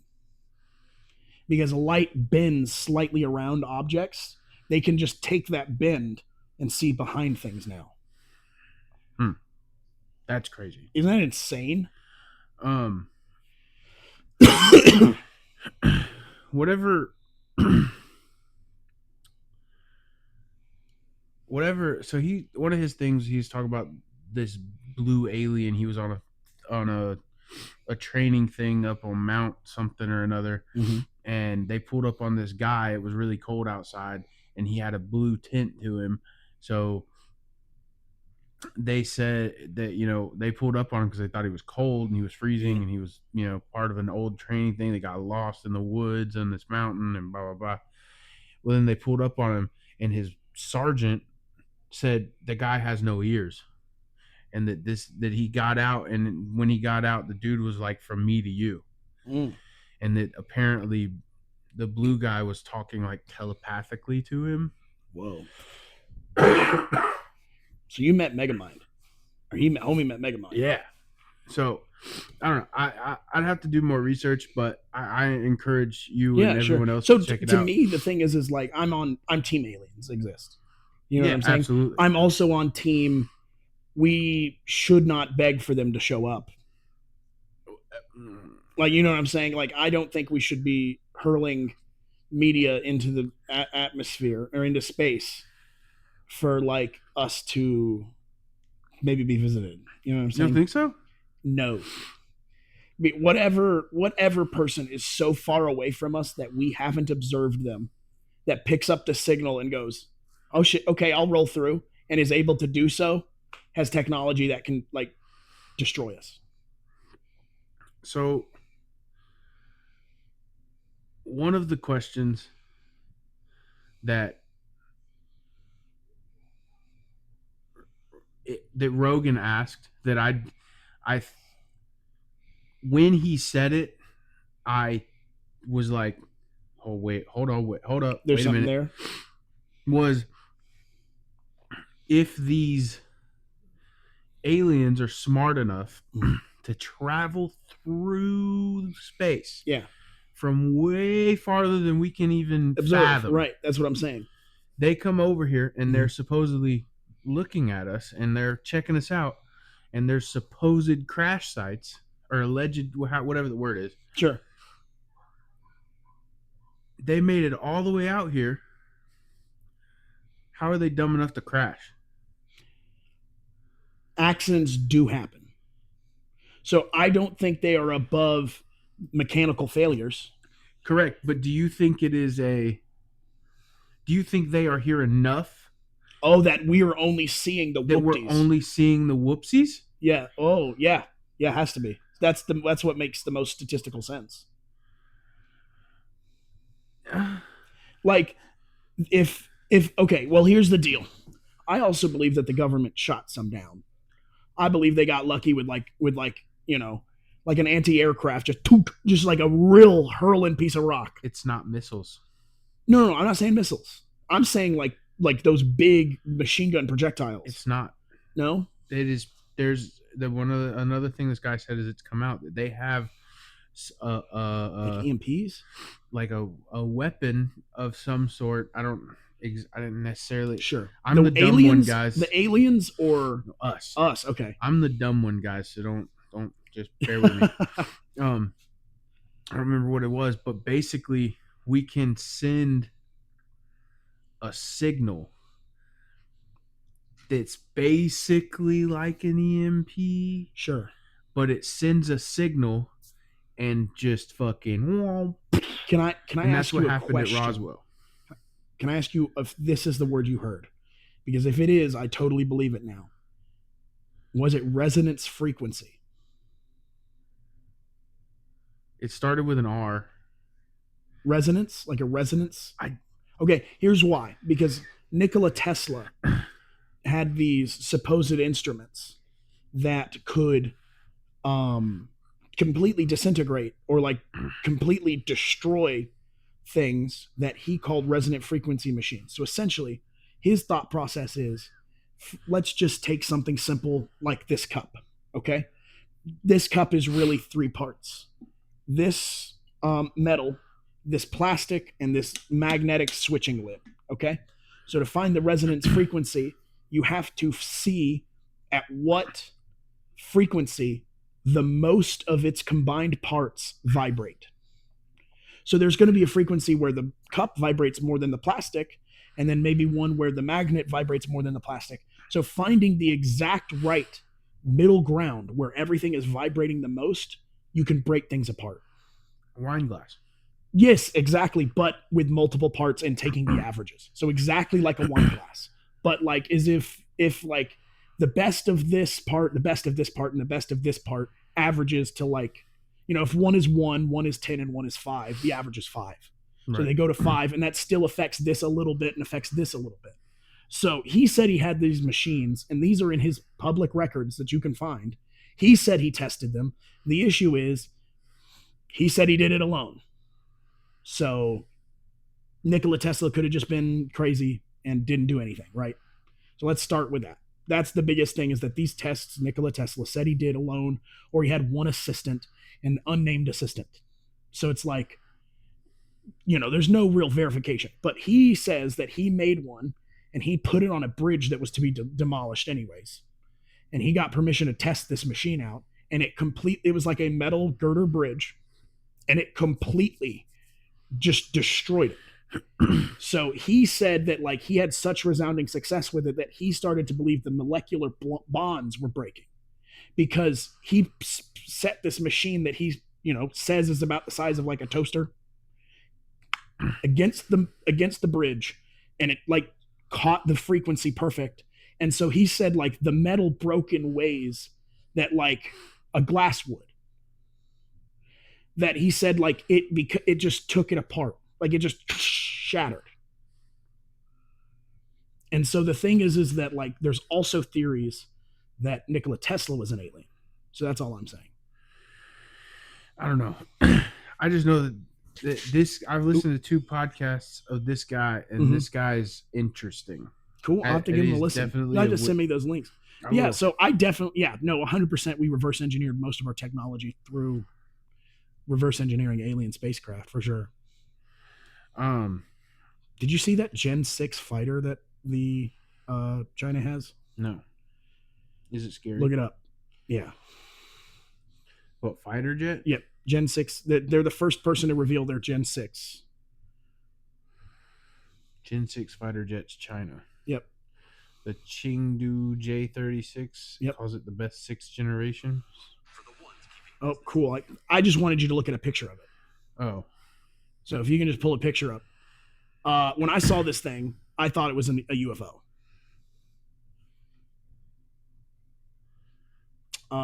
I think there's one of it lit up also.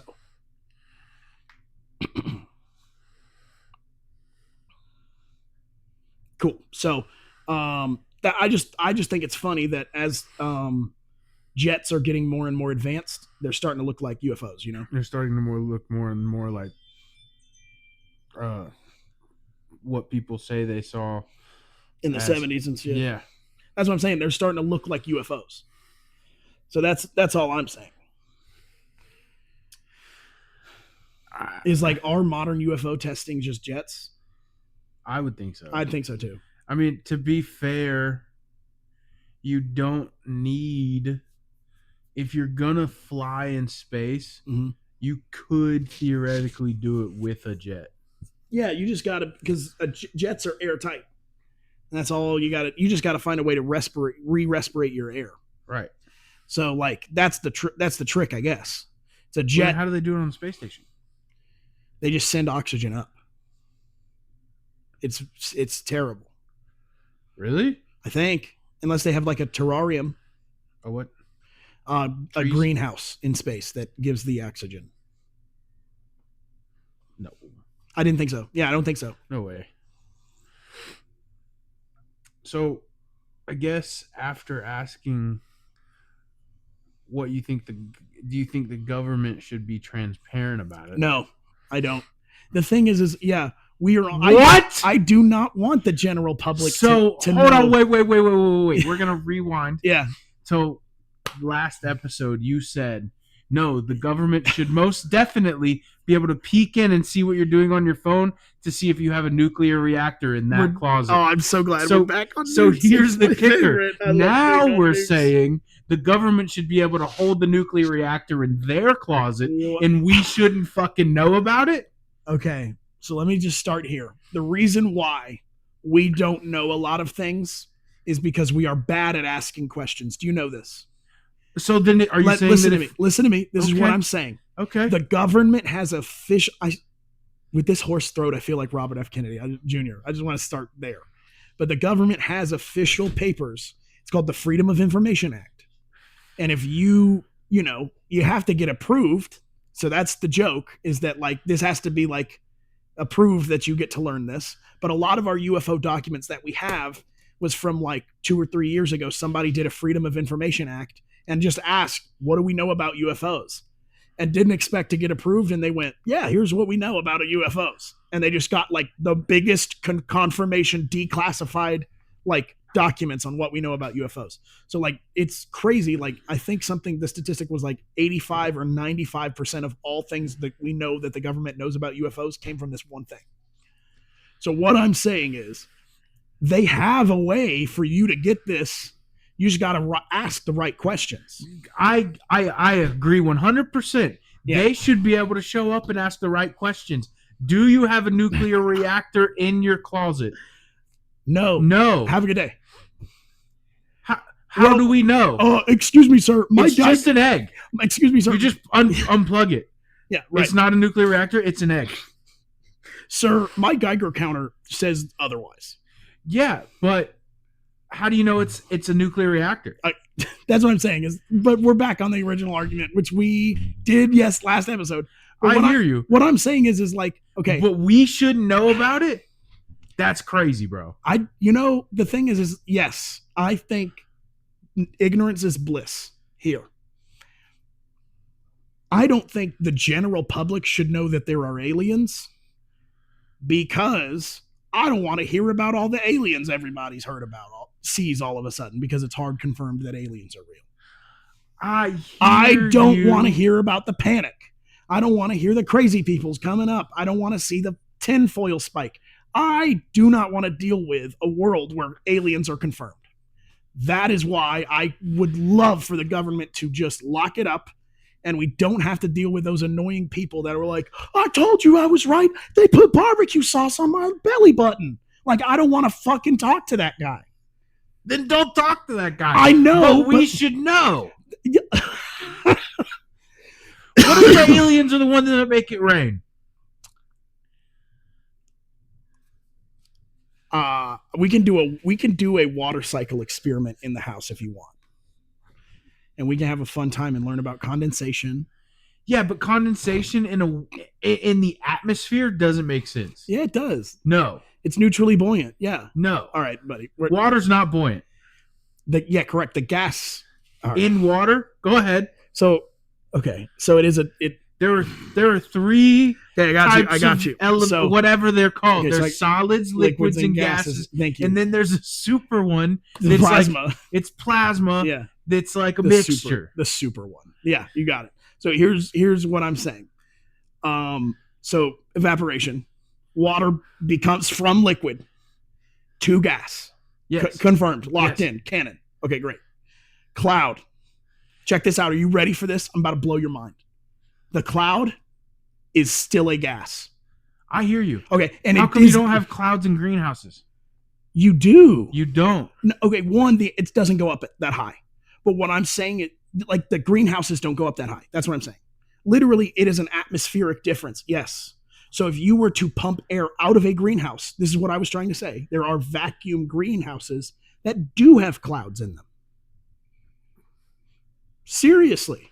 Look. So wait. Yes. Wait. Hold on, listen. I'm Googling it, bitch. No, listen, I hear you. Yeah. I hear you. So you're telling me that we can confirm make clouds? Oh, I don't like this conversation, Devin. Vacuum greenhouse cloud. No, go on. Wait, go answer me. Mm-hmm. We can confirm make clouds? Oh, that's interesting. Yes. We can? It seems that we can create an atmosphere in which clouds occur, yes. So On the ground. climate change is a hoax. We just start making clouds and just go make it snow. Right. That's not how that works. But Here's why. We make God's perfect cloud. He's cloudy, the best cloud ever, and we love cloudy. And now he is in this vacuum greenhouse, essentially. I say cloud. What I mean is it gets really, really densely foggy. that's a cloud. Yes, I know that, but it's not a cloud because it's not technically in the atmosphere. So they're not making clouds. You're making fog, which is clouds down here. Great. Still cloud. Great. So lock in. What I'm saying is if we make perfect cloud cloudy in the down here atmosphere and then go, all right, be free, the atmosphere has completely changed and cloudy cannot exist. It is vaporized. Which turns into? Well, it rains. No. Yes.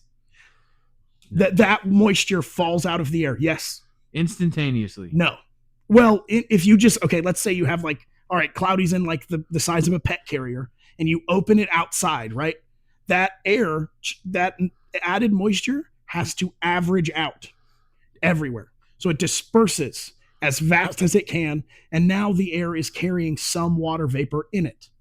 Okay. But because it isn't dense enough, that isn't a cloud anymore. The air can have moisture in it without it being a cloud. And that's what I think you are missing in this equation. There is moisture in all air, not just clouds. Okay.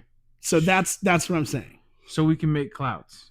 We can technically, I guess, make ground clouds if you want me to be generous. Well, hold on. Yeah. If we can make ground clouds, why can't we go up and make clouds? So what I'm saying is, I hear what you're saying. No. Let me just try to word this. The reason why we cannot, listen to me, is because we cannot create an environment where a cloud can happen, right? In an environment that if we open it up and let it go, for it to survive in that environment, right? In order for the cloud to float out and be a cloud, it had to have the environment where that cloud could exist, right? So why can't they equalize pressure? Listen to me. And create clouds within those parameters? I love it. You ready for this? So you find matching conditions where there is moisture in the air, right? And it is the time for perfect cloud, right? In the moisture. Mm-hmm. And so you bring your theoretical cloud machine up there. And are you ready for this? You want to know why you can't make a cloud up there? Why? Because if it is the perfect conditions for a cloud is happening. Why can't you add more cloud? Because it is already as cloud as it can get. If you introduce more cloud, you will just condense. You will create condensation. If you overcharge get electric storm. No, well, yes, but like, oh shit ass. They're not making clouds. They're charging clouds.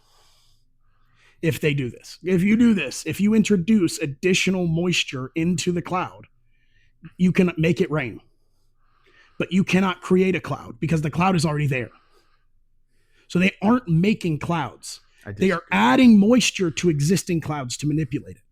I disagree. Okay, I don't think that's the best I go. That's as far as I go. Okay, I hear you. Sure. So who's to say that there's not a machine? How did we get here from aliens?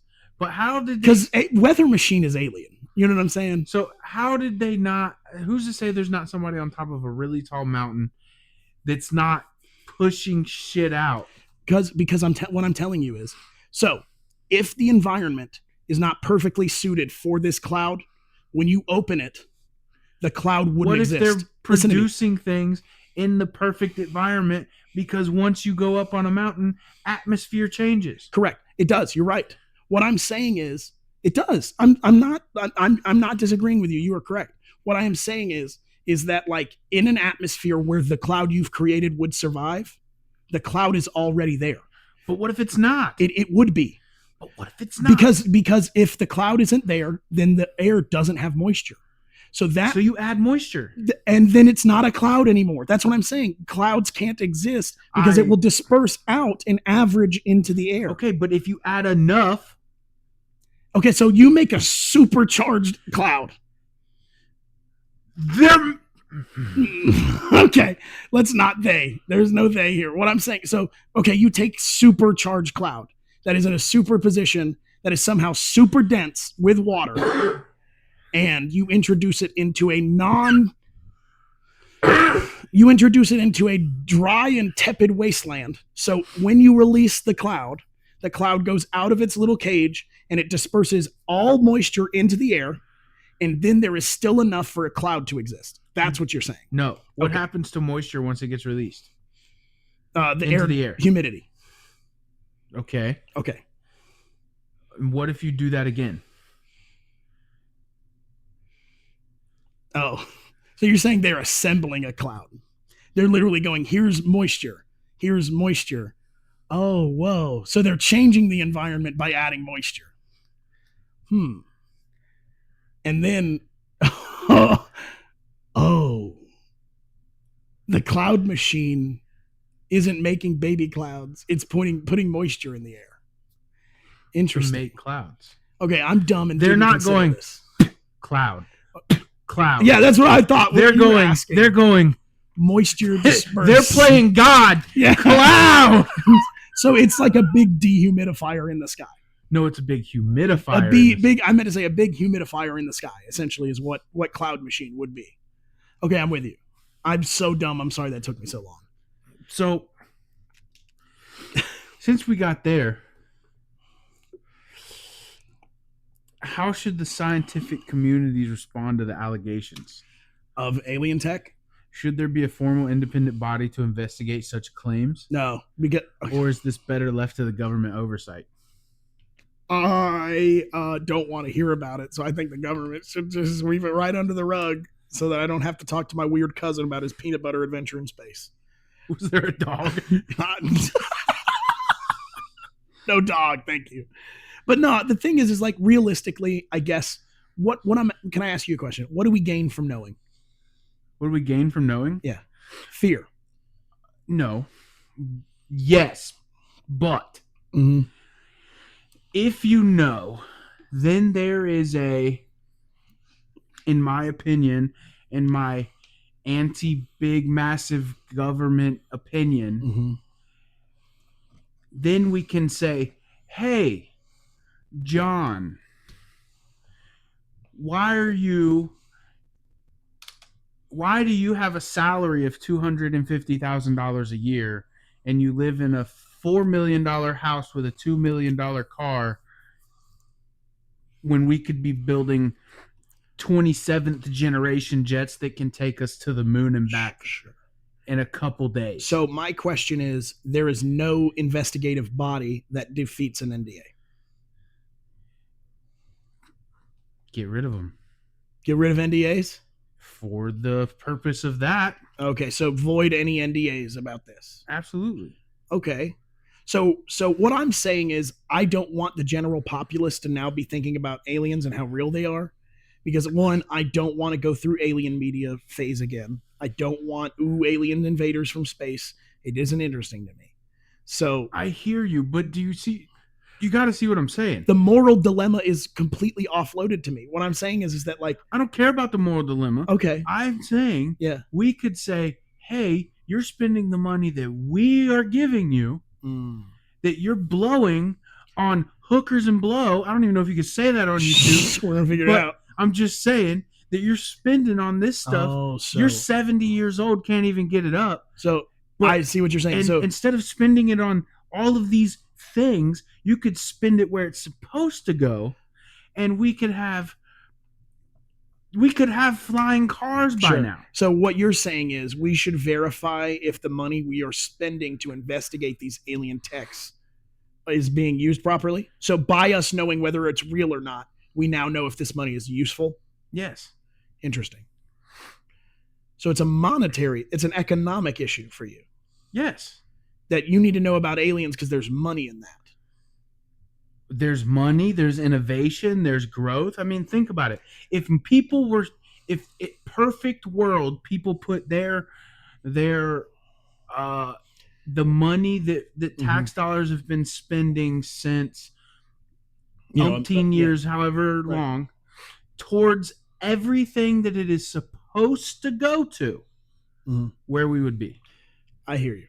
If there was no overspending, no nothing, and everything was like done well, a well-managed government until now, man, where would we be? Agree. I completely agree. The thing is like, here's what I'm going to say. You need hookers and blow. I get it. No, I don't need hookers and blow. If hookers and blow is a side effect of this pill that I'm proposing here, which is that we do not need to otherize aliens. The second, I will say that'll be great for unification, the way it is just humans now. You know what I'm saying? Like humans are what happens. You see what I'm saying? A unified world government. Yeah, that's what I'm saying. So the way that happens, because now, borderlines don't, not that they don't matter, but like it's less important than the alien invasion.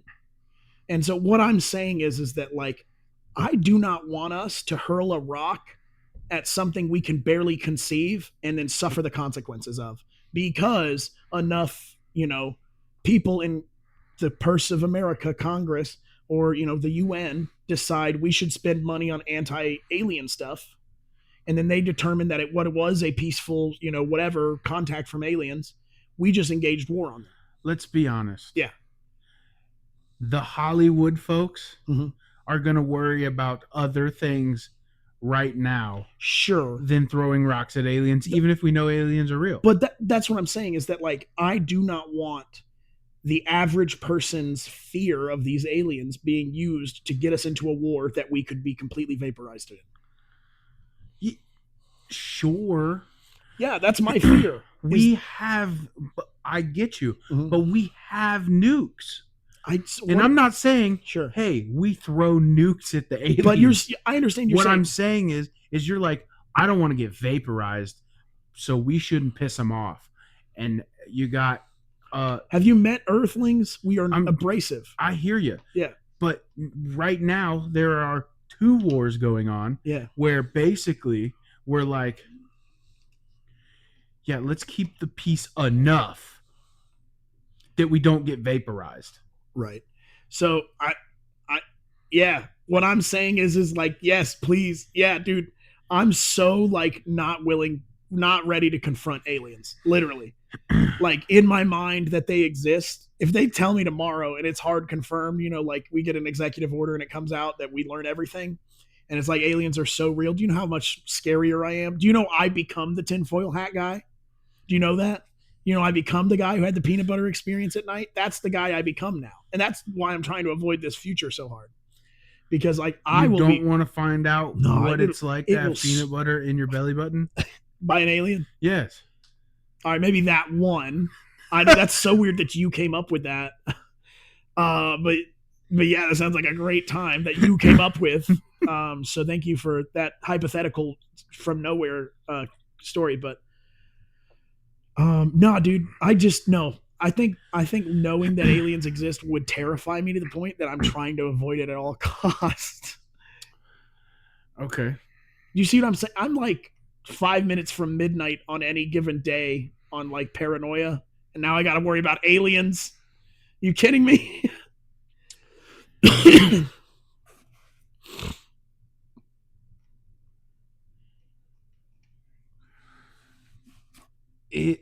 Okay.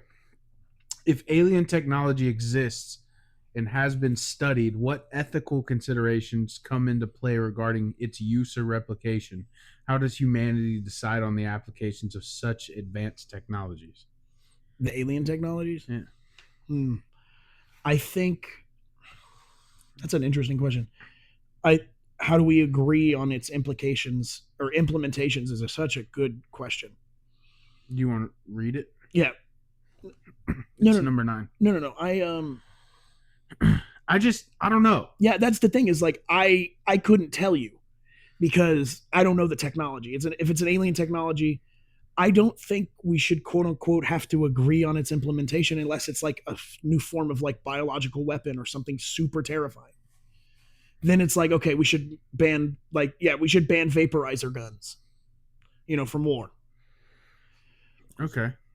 But like aside from that, if they're like, the alien ship that crashed down just had a really good and efficient cornflake maker, I don't give a fuck. Okay. So to shy of weapons, I think. Yeah, but like, what if they show up and they have that thing that you see in Spy Kids, where you take this MRE and you pop it in the oven or in the microwave and you press a button and it pops out a Big Mac? Dude, no, I'm with you. That would be tight. No. I mean, okay, does so McDonald's have franchises in other universes? Okay, that's how it happens. In other galaxies? The way that Ronald McDonald's needs to be our first contact.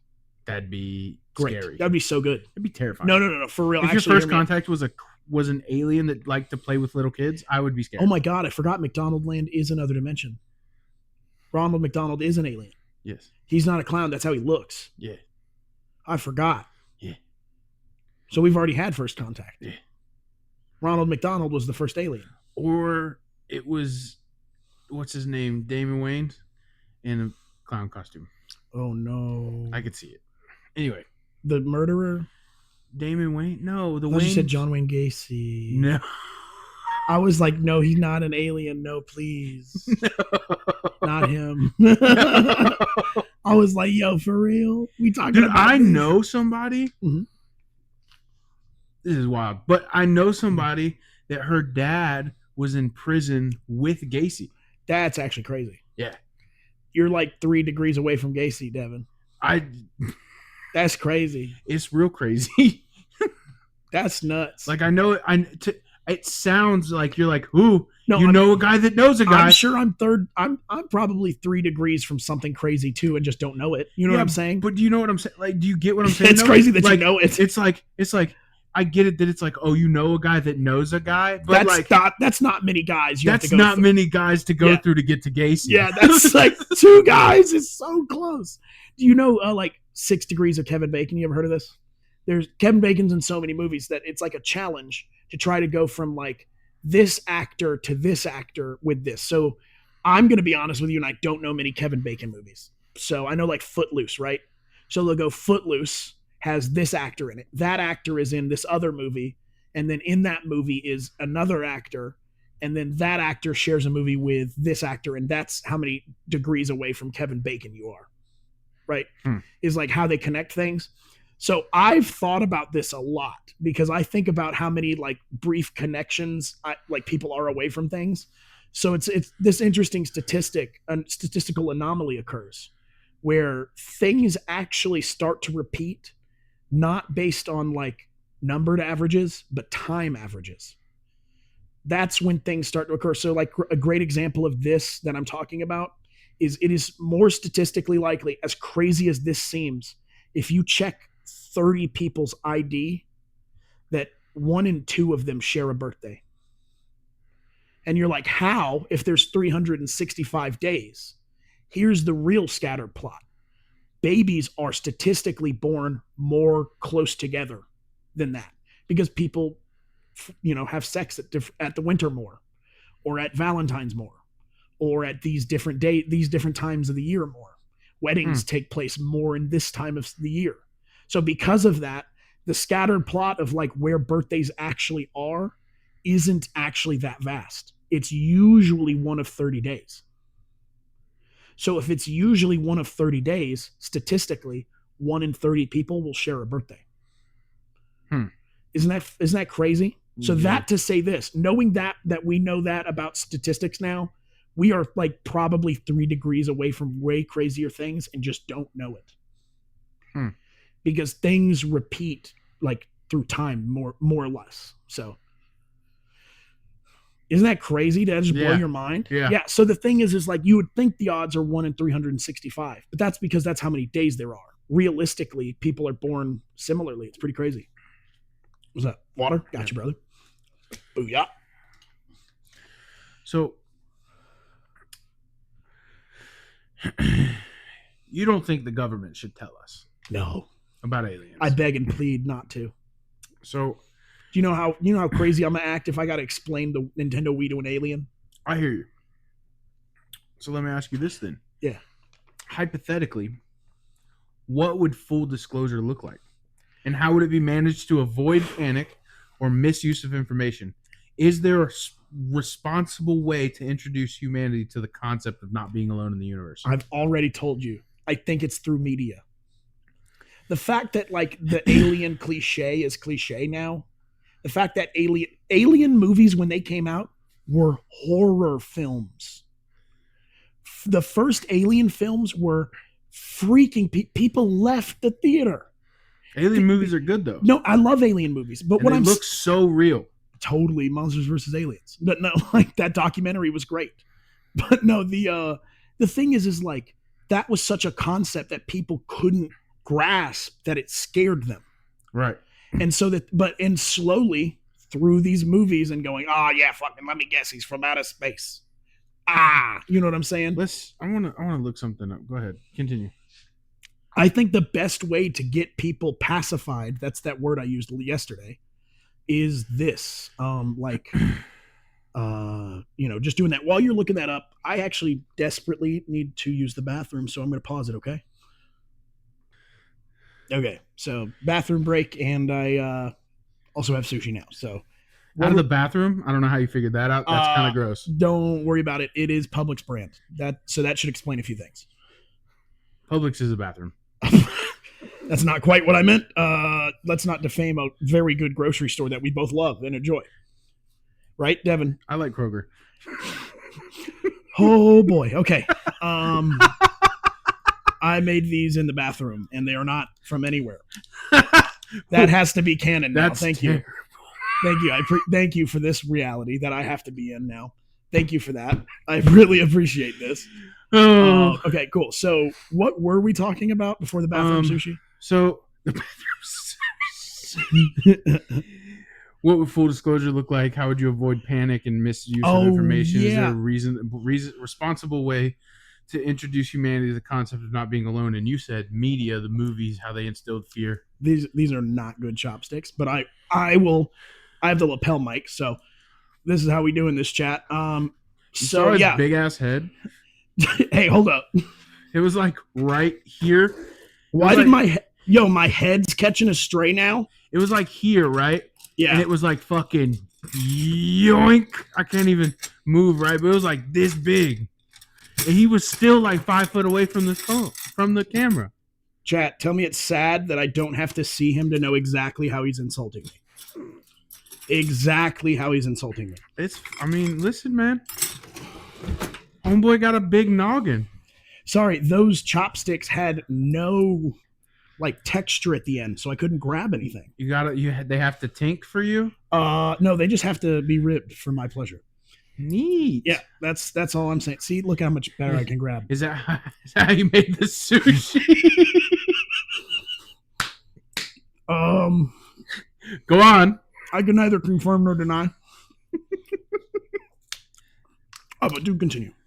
So you were talking about how you think media is how they're trying to desensitize So us? I think, they do it through movies. And then they make something cliche. And then now is like the perfect time to reveal.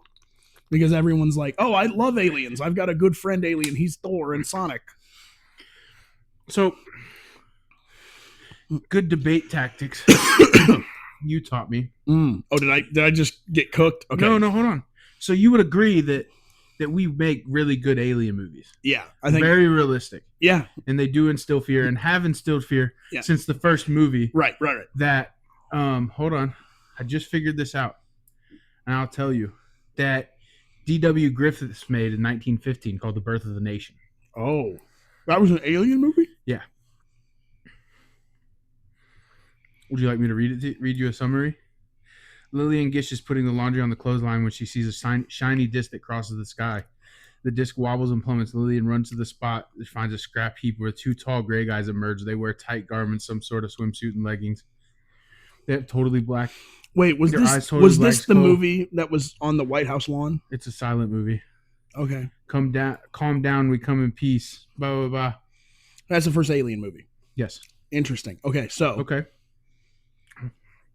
yes, what's You- the zinger? Okay. And so well, hold on. One more thing. Okay, chat. This sushi's banging. Uno momento. And then we had a really scary one that you're probably talking about called Invaders from Mars, Mm-hmm. right in 1953. Mm-hmm. Okay. So and that was a pretty good one, right? I would say generally for the time, a pretty good film. Okay. Yeah. So what's to say Yeah. that we also didn't make a really good, interesting movie about putting people on the moon? Ooh, and putting people on Mars. Oh, snap. And if we did, why haven't we gone back? Well, that's where they found the Transformers crash site. It's also Transformers, Devin. That was literally the catch line. I hear you, but now they've found water on the moon. Mm. And if we Water. know there's water on the moon, why wouldn't we go back? Mm. Oh, the moon over Mars? Either one. Because at the end of the day, if there's water, there's life. Oh, you think the reason why we didn't go back to the moon is because we found something? I don't think we went to the moon at all. At all? You don't believe in the moon landing? No. That's interesting. I didn't know that about you. It makes sense. Checks out. I don't know. I think we went.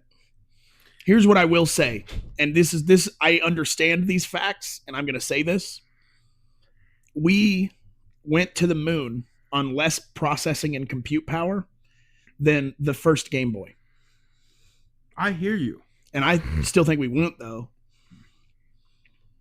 But I'm saying if they made these movies and scared everyone, like when did Roswell happen? It was like 70s? Roswell's the 50s. The Roswell incident, right? Yeah. I might be wrong, but I think it's the 50s. 1947. Oh, it was close. So I thought it was the 70s. I don't know what I'm thinking. But so if Roswell happened, Mm-hmm. we got the first movie about aliens coming to Earth in 1915. Mm-hmm. And it was a silent And movie. then like the horror one I'm thinking about is in 43, right? In 53. Mm. We had Roswell happen in 47. So We made a movie about it. Mm. I don't know if that's true, but like we started making alien movies more. and then in 1969 we supposedly landed on the moon. Hmm.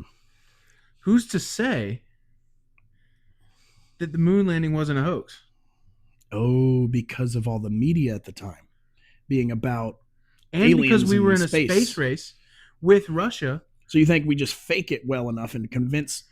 So like we do such a good work. Sorry to use wrestling terms here. We put on such a show that the Russians don't even like ask for like receipts. The pictures. Right, but like The video. yeah, the whole thing was televised. I'm just saying, like, but if we did go, first of all, how do you get camera footage? Radio. Yeah, but like live? Yeah. That fast? Radio's pretty fast. The delay was bad. Also, Mhm. who's to say that it happened? That's the question, right? I think I trust that it occurred.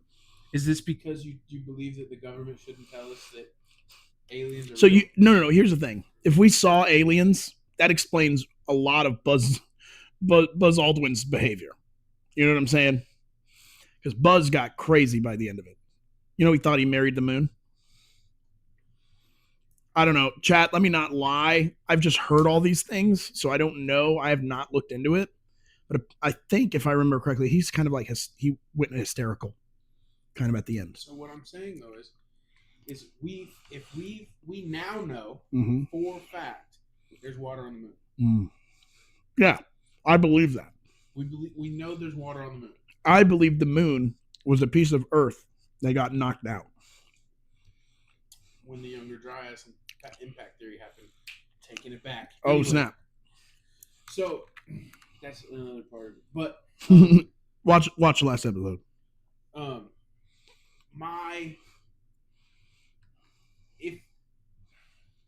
If we went, Mm-hmm. my thing is, if we went, Mm-hmm. why haven't we gone back since 1969? Mm. And if we now know there's water because we can look with this fancy telescope that tells us there's light on the other side of another moon somewhere real far away, Mm-hmm. and we know we can make it to the moon now, why would we not go there and investigate the water and check for life if we don't know for fact that there's life there? Funding. What? Do I have to be the one to tell you this? Did you know NASA is privately owned now? Hello? What's going on? Is your mic on? Yeah, it's on. Oh no, did we lose a lot? I don't know. I know mine wasn't on. I might have turned it off. Uh-oh. It's okay. I think they can hear me through yours. Okay, so you just got a lot clearer? Hopefully. Cool. Oh, no, it's dying. It's dying? Yeah. Rip. Okay, so 1 second, everybody. Uno momento. All right, we're back, folks. So sorry about Sorry that. about that. We had some technical difficulties. Our mics died. Yeah. We will raise the volume or something. Yeah. I don't know if I was out or what, but We just to figure it kind out. of briefly rephrase, you were talking about how like modern movies are talking about like the moon and Mars and stuff, and that we found water on the moon, so there should be life, and maybe that's why we didn't go back. Yeah, I don't think we went. Right. But if we did, why haven't we gone back? And you theorize that it's because there's aliens there I believe that there's something there that we're afraid of. on the moon. You're right. Do you know how good like a military base the moon is? That's what I'm saying. It'd be crazy. You put a military base on the facing side of the moon. You That's know- like the biggest of dick energy. right. Like you have the big stick now. I think it's because of a peace treaty that all of the world's nations signed that says space is everyone's and that no one can own anything in space like celestial objects. So remember, if you guys bought a star, you got scammed. That's crazy. Yeah, you can't own space. That's crazy.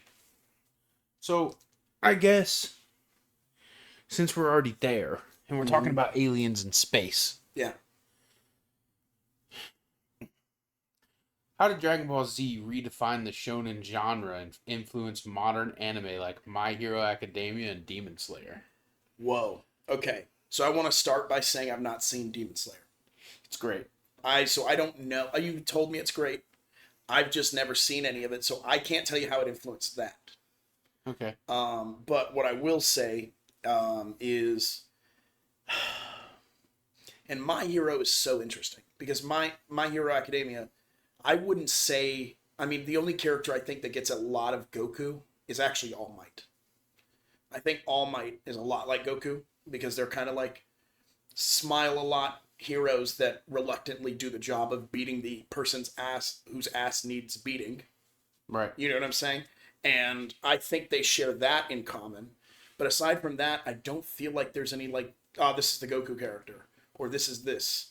like the closest I could say is that like Todoroki, the ice and fire guy, is kind of like Sasuke, just because he was edgy. You know what I'm saying? But I think it definitely re-inspired shonen. Did you know that, I don't know what it's called, but shonen is typically for teenage boys. Shonen literally as like a genre is like defined by anime for teenage boy interest. And there's like a female version of this. That's I can't remember what it's called. Google it. The female version of shonen. And I learned about this recently. So shonen as a genre. Shoujo manga. Yeah. So shonen is for men, and then shoujo is for kind of younger women. So the thing is that it's super interesting because you got to think like Dragon Ball raised that bar crazy, because shonen at the time, I'm not being disrespectful, just it wasn't world buildingly complexing, complex issues like really having a like narrative thread, a world built, like I hate to use like MCU words, but like they really expanded the universe, you know what I'm saying? Right. And this is like old. Did you know that like Akira Toriyama thought Dragon Ball would fail? Yeah. Yeah, so it did fail. Dragon Ball failed, you're right. A lot of people forget that, but Dragon Ball did fail. It was the Z first that really like was a bang home run. Well, the first Dragon Ball started out as another show that failed. Oh, Dr. Slump, yes. Dr. Slump was what he wrote, and then it kind of went from Dr. Slump into Dragon Ball. That's why like the final panel of Dr. Slump is Rayleigh meeting Goku, because we all met Goku through Dr. Slump. Okay, yeah. So I thought it was about what? a little girl? Yeah. Yeah, it is. Dr. Slump is about Rayleigh, that little robot girl. Yeah. Okay. Yeah. And Okay. so Rayleigh is in Dragon Ball. Yeah. And like She makes through cameos. Z and like in GT and in Super. It's great. I love Rayleigh. Just want to start there. I think Dr. Slump is, I understand why it can't exist also. There's a lot of aged stereotypes in that show. So, but I really enjoyed it. Or manga. I don't think it actually even got an anime. I could be wrong. It did? Okay, it must have been after. I believe so. After the success. You know what I'm saying? But yeah, no. The thing is like it completely revolutionized it because it made it interesting. It made it actually good. I don't mean to be disrespectful. Like, there's high hitters like Astro Boy, and there's, in Speed Racer, things in this genre are good. And Right. Don't hear what I'm not saying, that it was bad before Dragon Ball, but Dragon Ball changed everything. Revolutionized. Yes, literally. And then it's like, Dragon Ball is what you are a fan of if you make manga and stuff like that, like Naruto and Bleach and things like that. That era of anime was heavily inspired by Ball. And like the more modern stuff was likely inspired by Z. Right. And that's something I wanted to say, is that like it's really interesting that a lot of the modern animes have a lot of the problems in them that I had with Z. Which is that like I feel like in Z, characters just get dropped. Like, what the fuck? Like, we love Tien. Me and Kitty are freaking out because we're watching Dragon Ball right now, and we're in the 23rd World type Tenkaichi. And like, when I tell you we're popping big because Tien's putting points on the board, they made the characters interesting in Dragon Ball. Dude, the 23rd World Tenkaichi is like my favorite bit of anime I've literally ever experienced. Genuinely. I mean that. Because everyone is put over. Here, I'll minimize that for you. Yeah, sorry. You're going to keep looking at it. It's okay, guys. I'm going to keep adjusting and Yeah, no worries. So, I got you. No, so, because they have made Krillin interesting. They have made Tien interesting. They've made Yamcha interesting. They've made Chi-Chi interesting. What the hell? You kind of started with Z. You didn't watch Dragon Ball. When the fuck was Chi-Chi important? In Z, she's literally played off as like the nagging wife stereotype. Right. And in Z, in original Dragon Ball, she is so interesting. She's in the tournament. she's going to go kick Goku's ass because when they were kids, he said he would come back and marry her and make her his wife. And he thought making, like, someone a wife was a food. Like, I'm going to make you a wife. Sure, I'll cook for you later. It's not a priority to me right now. And so she comes, learns martial arts through her dad, who learned it from Roshi. And so it's like, everyone's like, they're stealing, like, turtles, whoever this anonymous woman is, they're stealing techniques from the turtle school. That's not good. Because who's leaking? Like, that becomes the problem, and it's super interesting. And then you find out it's the Ox King's daughter, Chi-Chi, and the whole reveal makes everyone go, whew. But, like, for a little... Spoiler. Yeah, sorry. If you haven't seen it is the final arc of Dragon Ball, whoopsie daisy. But, like, dude, Piccolo is in it. And he, like the Piccolo that we grow up with in Z, this is his first appearance. He was, like, a kid before, and he was trolling people, essentially. But, like, this is his real first debut appearance, and his first fight is against Krillin. And I'm, like, freaking out, because I'm like, oh, shit. Krillin just died to one of Piccolo's henchmen. And now he has to fight Piccolo. And I'm like, what is Piccolo going to do? What is going on? Like, I've seen all of Z, I've seen all of Super, I've seen all of GT. I've never watched all of Dragon Ball. I read it once, so I don't know what's going on. Really, I'm just on the edge of my seat. Bro, when I tell you, I lost my mind because Krillin got the first hit in against Piccolo. He snuck Piccolo. He literally was like, I'm going to predict you're doing this and act as such. And he nailed him.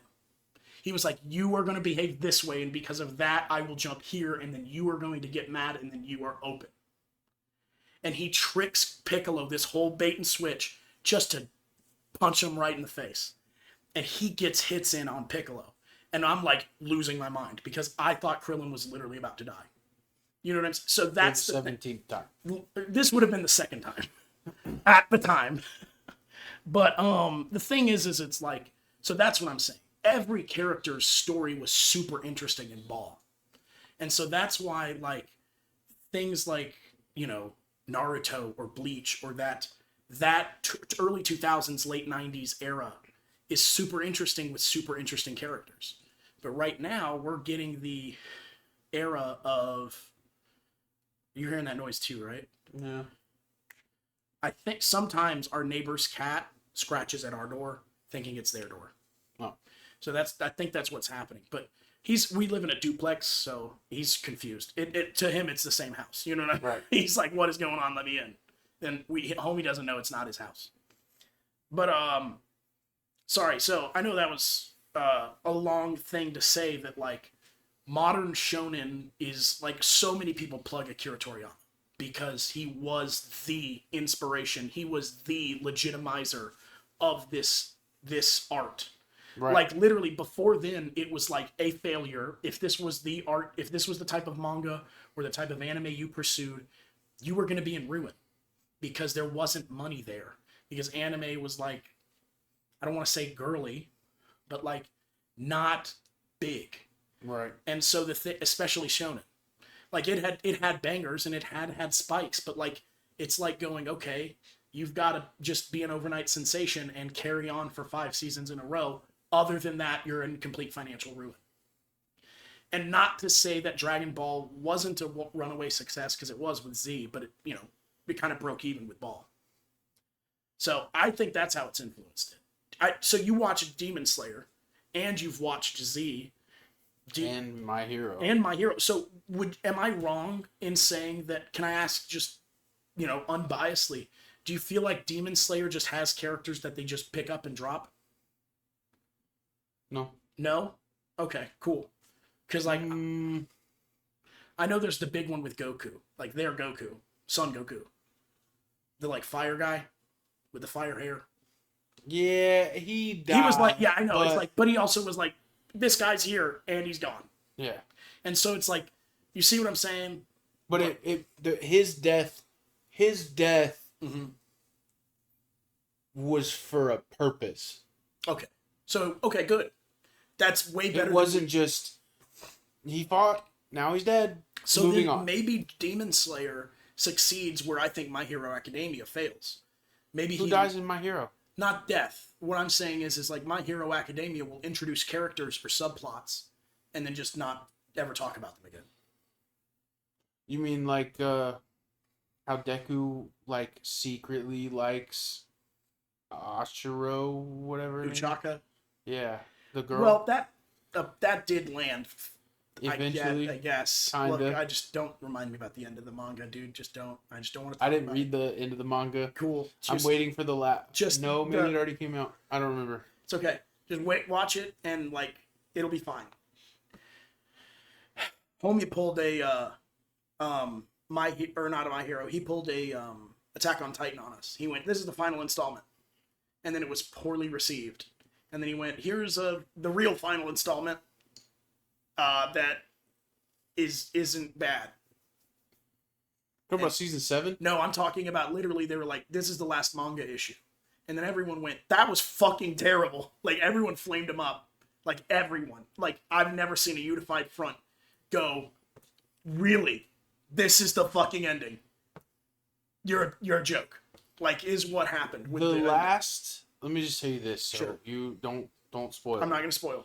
The last thing, and I'm not going to name any names for anybody that's watching it right now, but the last thing I remember was old boy dies. Yeah, That's the last thing I remember Yeah. of the episode. I know right where you are. Cool. And then some shit happens, and I don't remember. I don't know that they've released episodes because those episodes I had to I think watch. it is on hiatus I had to watch in Japanese. in Japanese. Yeah. So I think you might have just caught up to the dubbing. Might have been what happened.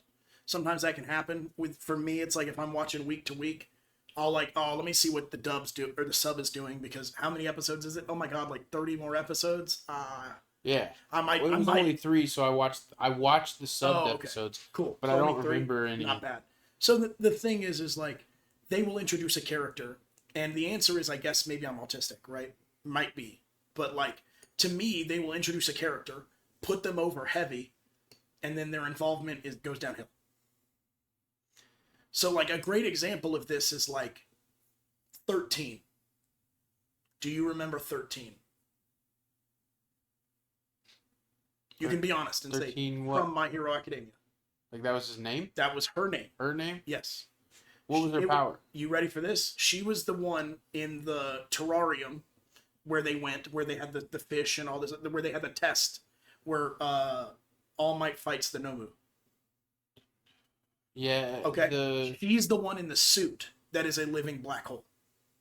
And they made such a big deal about how you don't f with her and you can't touch her suit and you can't puncture a hole in it because it will destroy everything. She's a villain? No, she's a hero.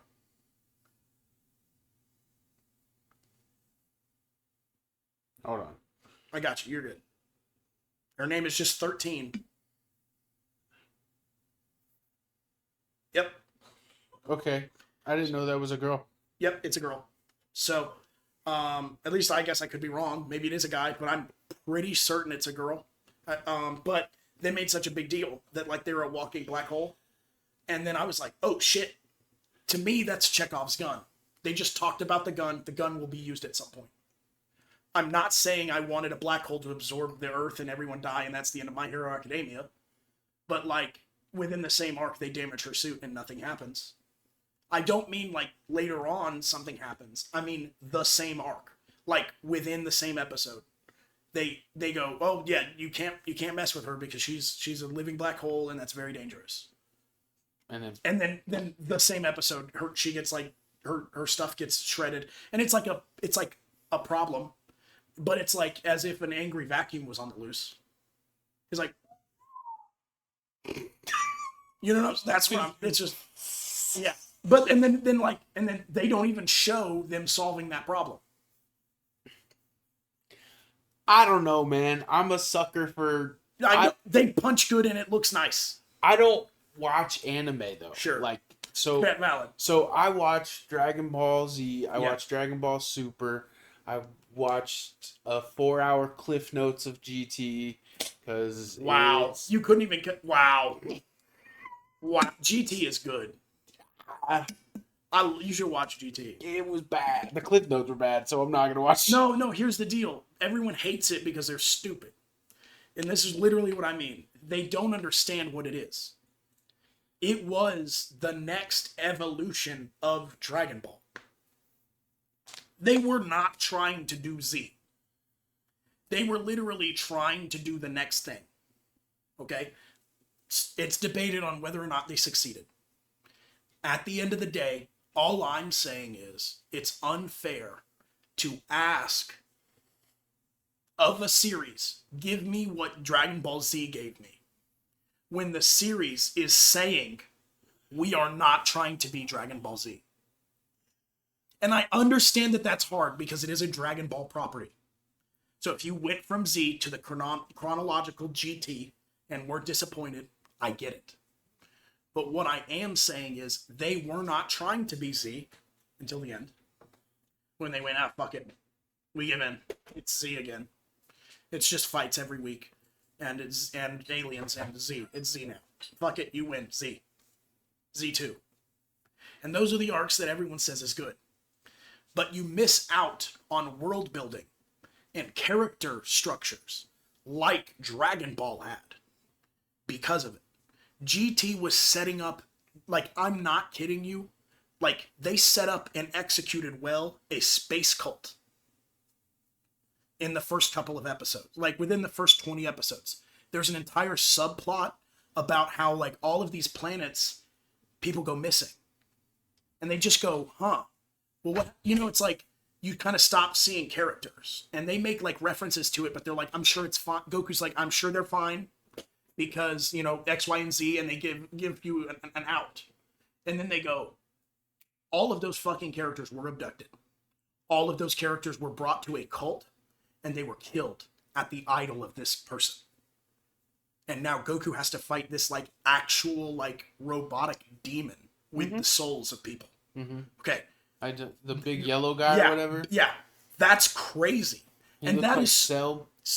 Kind of with, he's got I'm with you. I can see how you got there. But it's like, that is such an interesting story. That is so complex and so interesting in a way that Z wasn't. I like Z. The most interesting part of Z, to me, is the Namek Saga.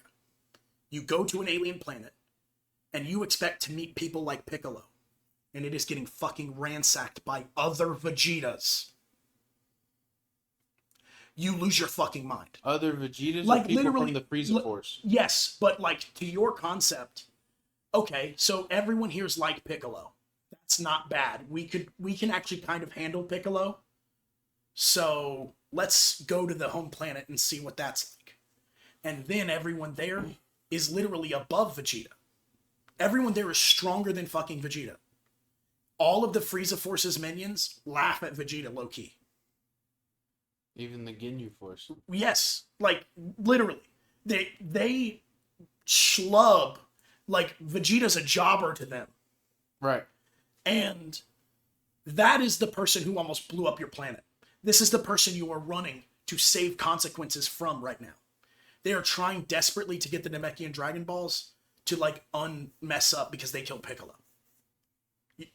Vegeta and Nappa, two Saiyans that are the joke level of the Frieza. That's what I'm saying. What a complex, interesting twist. What a good delivery. Namek is an amazing place. The people are actually peaceful. They're not like Piccolo.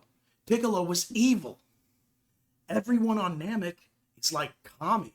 What a twist. You know, like all of these great, interesting stories. I like Cell. Cell makes a big square and says, punch me real good, and you win. And then they did.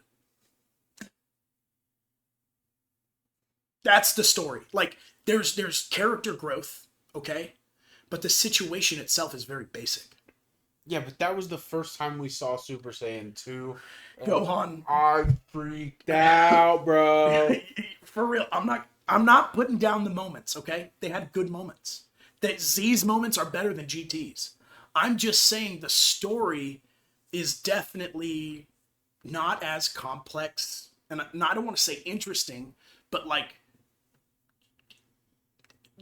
interesting. Like, why would you make that choice? Yeah, but Super's better than both of them. Then GT and Z? Yeah. Okay. The argument can be made for GT. Why do you like Super more than Z? Because it's so much better. Okay, no shit. He did all of Z and then learned the mistakes and then went on to Super. Super has some pacing problems, buddy. 2. Not as bad as Z. 900 episodes with Z. It's great. He watched, I want to clarify, he did not watch Z. Yes, He I watched did. Z Kai, Oh. which is a difference. You get the same story, you just get it in a ninth the time. Like, literally. They need to make a One Piece guy. Anyway. For real. They do. I agree. Just the canon stuff, please. I don't want to watch the non-canon stuff. Anyway, there's I like Super because, like, to me, it just is better. Is it, like, more interesting as well? Yeah, the story. This is where I have to agree. Like, Space God making a Space God Cat. what? Beerus? Oh, lol. I'm thinking Zeno. I was like, Zeno's not a cat. That's so funny. They went Space God, and then they went Space capital G God. That's how they had to step it up, which is very funny. But, like, no, I'm with you. Like, I think Super is more interesting arc to arc than Z. What I think's crazy is it's a fan thing that you can find on, I think I've talked to you about this. Maybe. A fan thing that they've talked about on YouTube, you could search it up. But because this timeline or whatever it was, this universe was about to explode, Goku brought Zeno to meet Zeno, right? Right. What if they just want to play for the rest of eternity? And they have to pick a new god, capital G. And because Goku is who he is, they pick Goku. They put him over. And now he's mastered Ultra Instinct. Right. And he becomes god of everything. It's a fan thing, so I don't know. it's very interesting. Take a guess at who's the first god of destruction that says, "Hey, you shouldn't do that." Is it Beerus? No. The first god of destruction. The clown, Belmont. Yes. I fucking knew it. It is the clown. Yeah, he fucking hates. He hates. So no, I like fantasy booking. Don't hear what I'm saying. I love this. Sorry. No, I'm that's with you. just a tangent. Like, but I was gonna say it's Belmont. Then if it's not Beerus would also speak up and I'm sure say Goku's not ready. I just want to say that. But if not, yeah, but he's not going to argue with Zeno. Yeah, he is a bitch to Zeno. He sucks the floor. You know, he bottom feeder, head down, ears down, hands down, complete like servitude to Zeno. If Zeno said no, Goku, Beerus would be like, Yep. yeah, I think that's a great idea. Yeah, he's completely jobbed out to him. I agree. Belmont low key is too.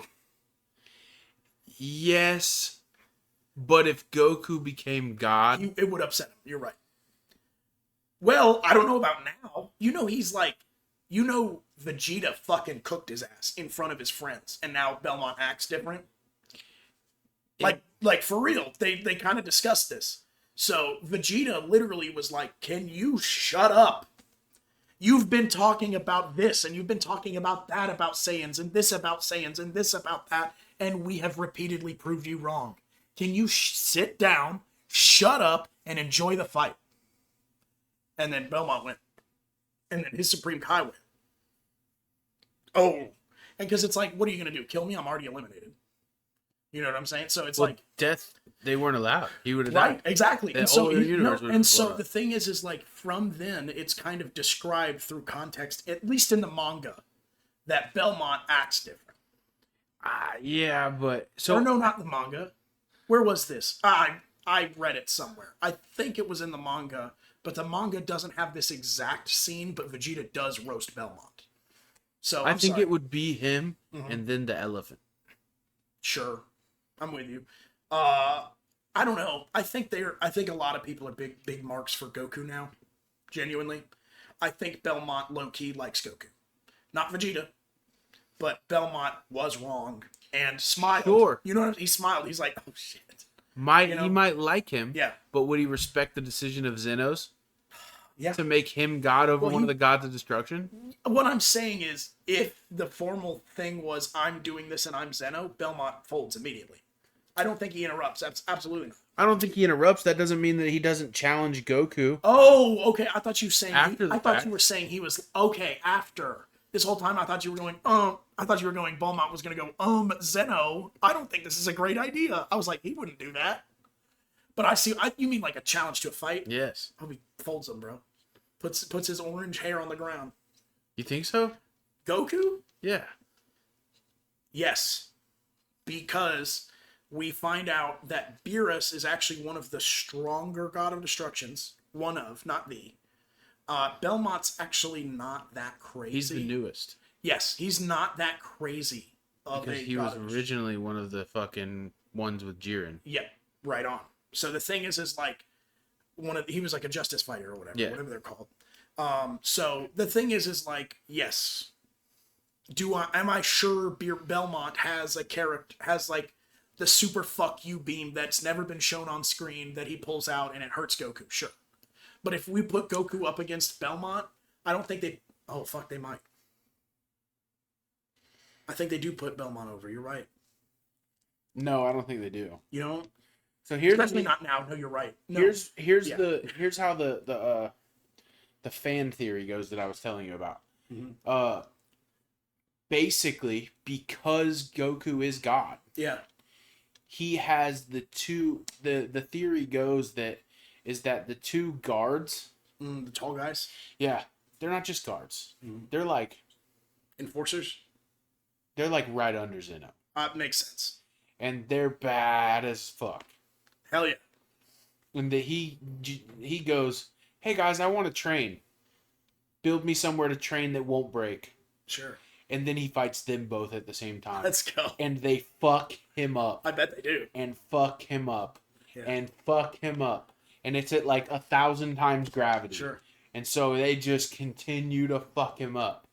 And then he fights Belmont.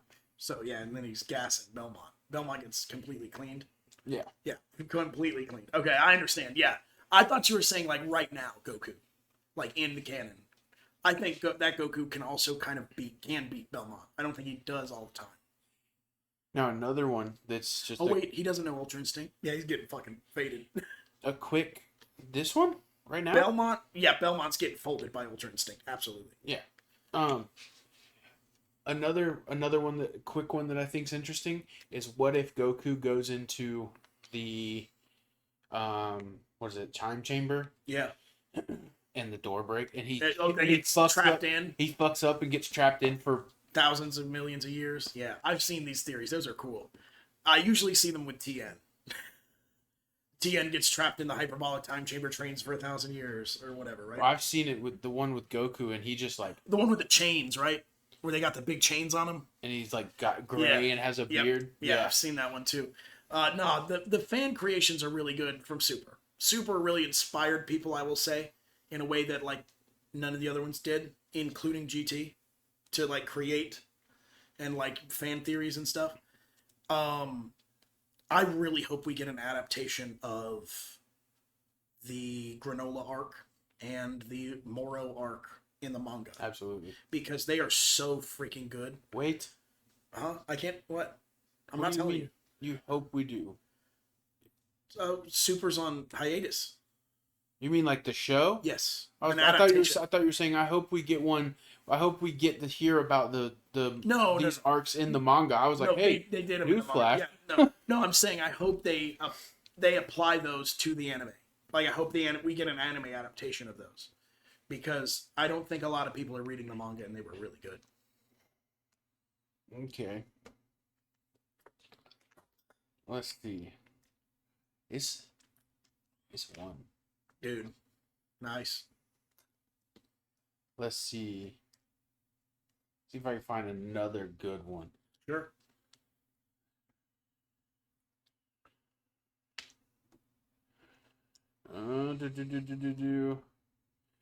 Which transformation, or technique is most overhyped or underappreciated? So by technique, I mean spirit bomb, fusion dance, Sure. and by transformation, Super Super Saiyan. Saiyan stuff. Cool. So, overhyped. If I can say visually, I think Ultra Instinct, like full on Ultra Instinct, I think it looks dumb. I do not like the white hair. I prefer Ultra Instinct Sign, where Goku has that silver aura around him, but he's still Goku. Okay. That shit is gas compared to Ultra Instinct. I mean, Because but the pop when he fucking turned around, bro, and he was white, yeah. and he's just like fucking okay, Yeah. and just fucking went to Yeah. whooping Jiren's ass. Yeah. Are you kidding me? No, it was good. The moment's good. I'm just saying visually only. I think I prefer Sign over Ultra Instinct. That'll be the forms question. A technique that I think they should use more, genuinely, is the Mafuba. If you get good at the evil containment wave or the Mafuba, there is no threat. The one where they put him in a fucking jar. Yeah, because like you got to think about it like this. We see the high end of Zamasu's power because he gets pissed off because the evil containment wave worked. So, because it worked and then they forgot to put the lid on right, or they didn't close it, something fucked up. They didn't properly do the technique. Zamasu got back out and then went, fuck it, I'm the universe now. Since you want to fucking play that game, I am literally the universe now. He got that fucking mad. So the thing is like, that was his potential. And the evil containment wave took care of it. I think if they actually sat down and mastered the Mafu Ba, there are few techniques that beat it. That's why in the Tournament of Power, Hiroshi was like high on the kill count, not elimination count, because he just kept those bottles and he would just go flip it over the side because you're not dead. So the thing is like the Mafu Ba technique, if ultimately mastered by everyone, there's like, it doesn't lose. Okay. But That's interesting. I understand that you can't do that. Why? Because if everyone just gets put into a bottle and that is the ultimate technique, how many times can it be like, oh, the sticker, or like the lid's not on all the way, oh, the cork's rotted, like, you see what I'm saying? It doesn't make for an interesting story, but they have created this move that I think is completely underutilized. Okay. Let's see. Here's one. Sure. How much did Beerus and Whis influence events in Dragon Ball Z behind the scenes, even before their introduction into Dragon Ball Super? A lot. In canon, Beerus actually gave permission to Frieza to destroy Planet Vegeta. He asked permission like, hey man, I'm going to blow up this rock with these angry monkeys. Are you cool if I do that? And if you remember, it's revealed that Vegeta like cowered before Beerus. King Vegeta. So like he's crying on the ground with his foot. Beerus did not have a good time on Vegeta. So Frieza's like, I'm going to like kill it. Is that cool? And he's like, yeah, fuck him. Is Frieza scared of Beerus? Yes. So when Frieza came back to life, something he said, I don't know if it's in Resurrection F, which is the movie version, or if it's in the series, but I think it's in both, and the manga. But what he says is he goes, my father taught me confidence in myself and in my abilities, and to never back down because I am the universe's strongest, barring two things. My dad told me never to fight because there is no way I win. And there are only two things in that. It is Beerus and Majin Buu. You really... Hold on now. You don't think Frieza Black... Now listen to me. Now, I think Frieza folds Majin Buu. I think Frieza Black, we just saw him fold Goku and Vegeta, so we'll have to see. But what I'm saying is at the time of Frieza's resurrection, which literally just means because Frieza dies at the end of the start of the Android saga because Trunks fries him. So that power level is the max he achieved. He came back at that power level, and he was stating that at that power level, the only people he had to fear in the universe was Beerus and Majin Buu. So what I'm saying is like, yes, also during Resurrection F arc, he is constantly sucking up to Beerus. That's why Beerus doesn't just destroy him. That the genuine description, or like reason why Beerus doesn't just go, oh, fuck you, and flick him, is because Frieza is a better suck-up than Goku or Vegeta. Then why doesn't he flick Goku or Vegeta? He does, all the time. Yeah, but... You see what I'm... But because he cares. That's the difference. But, like, no, he didn't care about Frieza. So, like, if they went, hey, man, we can't handle this guy, and he's about to destroy the planet with all the ice cream on that you love, right? Like, you could get enough leverage to get Beerus to intervene. Do you think, right now, what we know now of Goku, if Beerus said, oh, the world doesn't have ice cream anymore, I don't need you. And he goes to, like, kill the world? Do you think Goku can stop him? So this is an interesting question. Because the thing about a retcon is that if you ask me at different points in the media what I think, I will have to say different things. So, if you didn't know, the first two movies came out, it was Battle of Gods and Frieza, the Resurrection F. And in those, Akira Toriyama stated some things about the power levels. So this is what he said. He said, and I think I'm using the right numbers, but I may not be. But if I'm not using the right numbers, it's in the spirit of what I'm about to say, okay? He says if Goku is to be Beerus is to be quantified in Goku's strength at the time, it would take, I think what he said is like 1,000 Gokus. Okay? But then he says it would take 1,000,000 Beeruses to make Whis.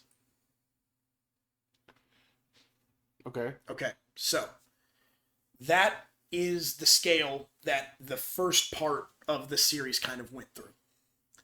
And then it went into the Super Anime and it kind of kept that scale, like behind the scenes, not officially stated. But then they fucked up because they introduced Kaioken as a stackable technique.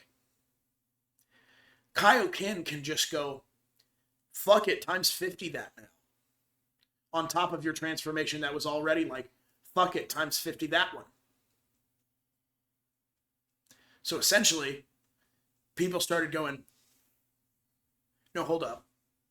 Because if Super Saiyan Blue is this times this, and then Kaioken is this times this, and then if he pushes Kaioken, it's this times this, he's more powerful than Beerus by a lot. And then Akira Toriyama kind of went, this is the real number. And he kind of basically said, he's like 1,000,000 times stronger than Goku. And Whis is 1,000,000 times stronger than that. And so it really shook them up a lot. And so the thing is like, here's why I think right now, even if you put Goku against Beerus, Beerus should be really scared. But I think Beerus is the advantage because he has so much more power. If Goku has mastered Ultra Instinct, Beerus hasn't even done that. So Beerus goes to fight him, can't lay a hit on him with his more powerful state. Goku wins. Goku wins. Because he would wear him down. But also, here's the... hold on. Let me ask. Okay, go ahead. So the question that I have about that is, okay, the Ultra Instinct is that you are reacting Sure. without reacting, basically. Right. You're not thinking about it. You're just, your body, it's instinct. Fully autonomous movement. Right. What if Beerus is moving faster than that? If he's He- much stronger. Yeah, he could technically be moving faster than that. You're right. That there's nothing to say he isn't. It's my theory that he isn't. Because the way that Goku was moving, let me put it this way. Everyone fucking shat their pants when Topo was a god of destruction. Shat their fucking pants. Topo is Top. Sorry. Top is the Mustache. God of destruction symbol. Big guy with in Jiren's crew. Looks like Eggman. He was the god of destruction? Yeah. Okay, see how you just completely forgot that? When? When he was fighting Vegeta, he got like all the purple energy and he had the like marks on his chest and shit. Okay. And he was like, I'm a god of destruction. Everyone fucking shat their pants. That is forgettable now. Compared to Ultra Instinct. Everyone shat their fucking pants because a god of destruction was in the ring. And by the end of it, that's not even a concept. That's not even like in the conversation. Because mastering Ultra Instinct is something some angels haven't done. I thought they all have done. From what they've said is that like they have different mastery levels over it. Okay. So like, but some angels aren't. Well, no. Goku is still below every angel. You're right. He is below it. But like, there are some angels that are also in that process.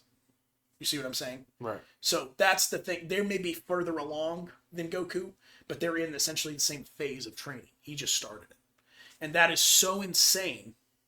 This is lack of a better term, and there's better terminology for what I'm trying to explain, but he moved on to another realm of power that is completely untapped, and this is immortal.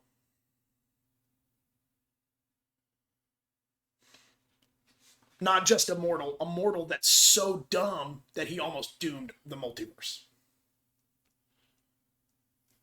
This is a farm boy from Oklahoma, grass-fed. So you think he beats Beerus 6 times out of 10? I think it's very hard, but yes, I think he beats Goku beats Beerus more. Also, I'm not putting out the possibility that like in another fight where Beerus goes all out against Goku doesn't unlock another form of mastery in the process.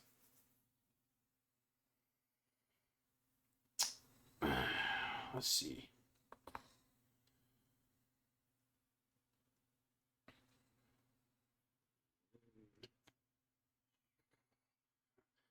How many alternate timelines exist in Dragon Ball Z?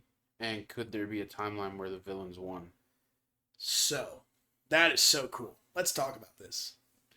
So, in the timeline where there are so many timelines in Dragon Ball, it's not even funny.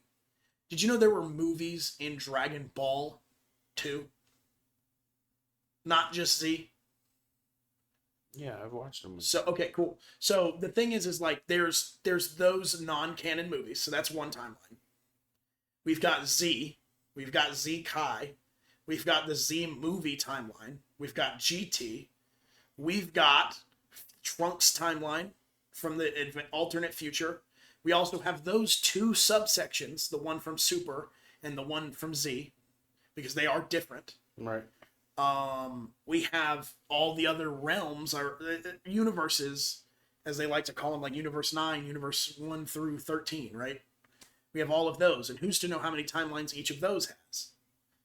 But, like, alright, if the Saiyans beat Goku, like, okay, if Raditz kills everybody off and then wins, they don't learn about the Dragon Balls, and then they are killed by Frieza. Because during the fight with Raditz, Goku dies. And essentially, Raditz left his phone on. He left his scouter on. And they were talking about the Dragon Balls in front of it. And then that's what tells Nappa and Vegeta to go, hold up. Let's turn the fuck around here.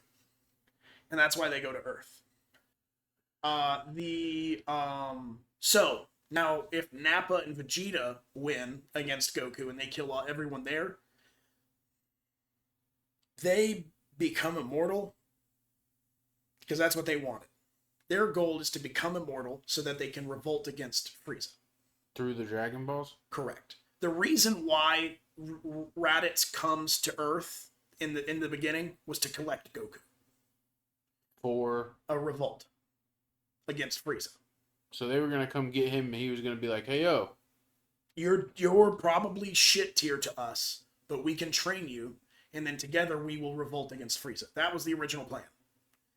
You know how... Oh, someone turned the shower on. Do you know how fucking bad an idea that was? They genuinely thought, with a power level of like under 9,000, like that's as generous as I can be, because they said it's over 9,000 and they freaked out, right? So under 9,000 is where their power level is max. That's Raditz, that's Tarble, Vegeta's brother, that's Nappa, that's a few unnamed Saiyans who don't survive. There are more Saiyans that leave Earth with Nappa and Vegeta, but they don't make it because they're the like engineering type Saiyans. They're the nerds, and I guess Vegeta kills them probably. right." But so that's, by the way, subtract here. That's how high an honor it is. That's why Bardock's like favorite son is Raditz.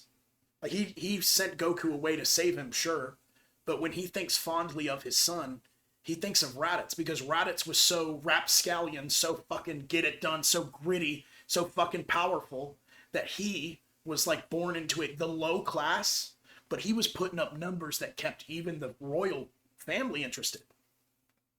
The royal family was like, "Hey man, let's sponsor this guy. Let's bring him along with us," essentially. So that's why Raditz joins the crew. Nappa's family has been working for Vegeta's family for generations.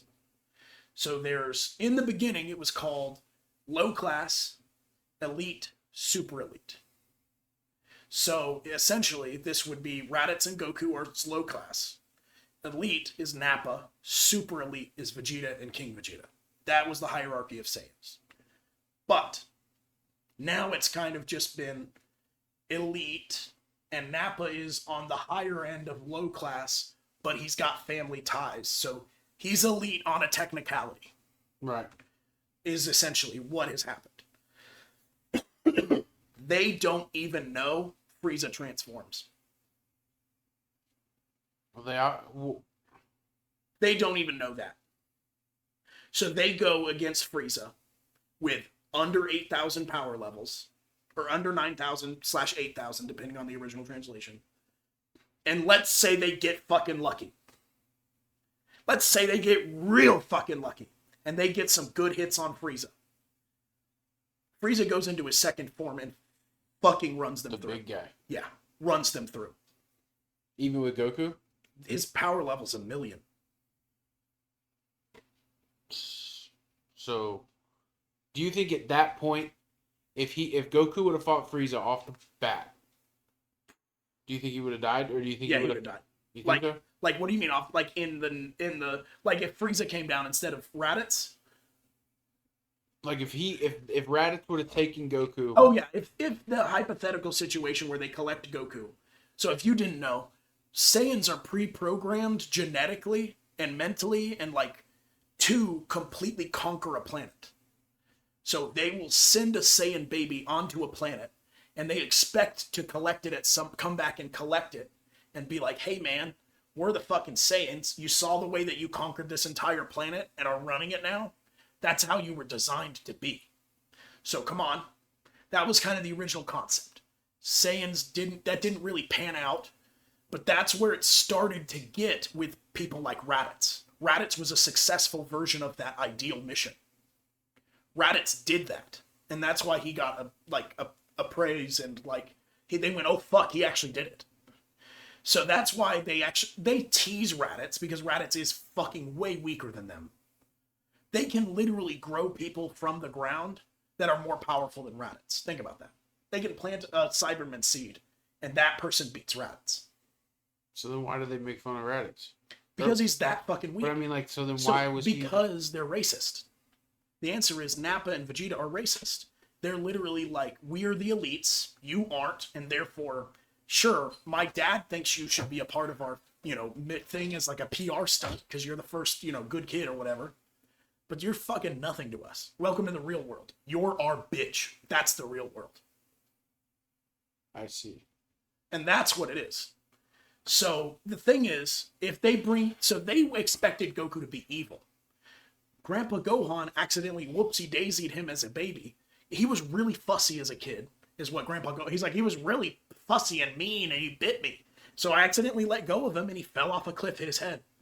And ever since then, he's the sweetest kid.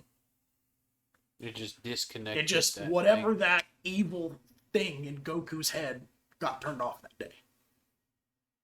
And that's why we are fortunate to have Goku on our side. So, if that's not there, the way I tell you with the swiftness, Goku kills people in the Dragon Ball arc if he doesn't have that moral thing. So in Dragon Ball, original Ball, there's a character called Android 8. Yes, there were androids all the way back in Ball. Crazy, right? Mm-hmm. So Android 8 goes Goku. He stops Goku. Goku was literally like, I'm going to kill you because you keep killing people. And if I put you in the ground, you stop killing people I care about. So I'm going to kill you now, was his logic. And then Android 8 goes, Goku, no. That is not correct. You do not just kill people for things they haven't committed. He is begging before you for his life, saying he will change. You can't just kill people like that. Who tells him? Android 8 says this to Goku. Pleads, like, you can't And just... who's he trying to kill? I think it was not General Blue, not General Silva. It's one of the generals of the Red Ribbon Army. He was just going to ice him. He literally said, no, I'm walking into your fort, I'm climbing your ladder, and I'm killing you. And then he did. And no. I mean, and then he was going to. And then Android 8 said, don't. And so he's like, you can't just kill people. You can fight them, you can do that, but ending a life prevents the possible turn of good. The way Android 8 built brick by brick Goku's character is insane. Because he spares Piccolo. He spares Vegeta. He spares Tien. He spares every fucking body. Because if he kills them, they do not have an opportunity to turn to good. The way Android 8 saved the planet, because think about this. Goku had his evil Saiyan parts turned off and was still about to start icing people. So imagine if he had those parts on. Do you think Goku would have made it to the power level that he's at currently? No. If He stops because Korin is like, so it goes Roshi, Korin, Kami, essentially, is kind of how it goes as Goku's trainers. Well, I skipped a step. It goes Roshi, Korin, Popo, Kami. And then it's kind of vague if he actually trained with Kami. So Popo. We'll just say Popo for argument's sake. Korin also encounters somebody of pure evil heart in General Tao. General Tao successfully climbs... that guy. He successfully climbs Korin's tower. And Korin's like, what a fucking prick. I hate this guy. So what Korin's training is that he is good at one thing to the point of perfection. And that is keeping something away from someone else. That is his one good thing. Not that, like, I mean, he plants and but like, he is excellent martial arts wise in keeping something away from people. So. And Korin is the cat, the white cat with the stick. Yeah, that's what I thought. So Korin, his training is as follows. His training is, if you drink my water, the legend of Korin is that if you drink his water, you grow in strength. You become more powerful. But in reality, what Korin does is if you are pure of heart and you show noble intent, he plays keep away with you. And if you're good enough, you eventually get it. And that's the training. is that you finally start to understand movement to a degree where I can't keep something away from you. And I'm really good at that. So the training you receive from Corrin is trying to get his water. Cool. But he's keeping it away from you, so you're getting better because you have to get better to get the water. That's the training. But the legend tells you if you drink this water, you get a power boost. It's regular water. Right. So what happens is General Tao also climbs because General Tao nearly kills Goku. Like, if Goku didn't have a Dragon Ball in his suit, the Dodon Ray would have killed him. Right. So he almost died. The Apu's Simpsons. Upa, I'm dyslexic is all. Upa is Apu backwards. So Upa is like a kid who lives at the base of Corrin Tower. He revives him. Goku did die. But he got brought back. But not so he wasn't medically dead, if that makes sense. He got put back and he got revived. That's when the kid hangs out with the dad. The dad's like, "What are you doing?" And the dad approaches General Tao, and because Goku is unconscious at the time, General Tao just kills the dad. So in recompense for all of this, because Goku's like, I couldn't stop this, he goes on this journey to collect the Dragon Balls to wish his father back. But all that to say this: if when General Tao goes up to Corrin's tower, Corrin's like, "Fuck this dude. Yeah, man, drink my water. Here you go." And that gave me a power boost. Sure did. See you later. And that's what General Tao does. And he's like, cool. So I got this in the bag. Because to him, he's like, I'm going to go, I almost killed this kid. This kid couldn't touch me. He goes up this tower and he nearly kills me. I got to get up this tower. I got to drink this water. He drinks the water. He's like, cool. So I'm the shit now? And he's like, yeah, you got it, man. It's crazy how the shit you are. He's like, cool. Because he's still a mischievous little cat. He's like, right. Yeah, fuck it, man. Yeah, dude, you're so cool. Check this out. Here's an evil version of the Nimbus Cloud. That's how cool you are. He's like, what? I don't have to throw pillars anymore? Great. This is great. Thank you, Corrin. He's like, yeah, no worries.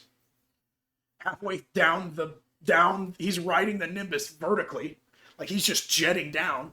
And he goes, halfway through, he goes, Nimbus disperse. So he's gaining speed. And then the Nimbus disperses. So General Tao just slams into the fucking ground. Is he dead? No, he lives, but it fucking hurts him. And guess who's there waiting for him? Goku. Folds him. Folds him. Literally almost kills him. But that to say this. So if Goku was evil, Corrin doesn't train him.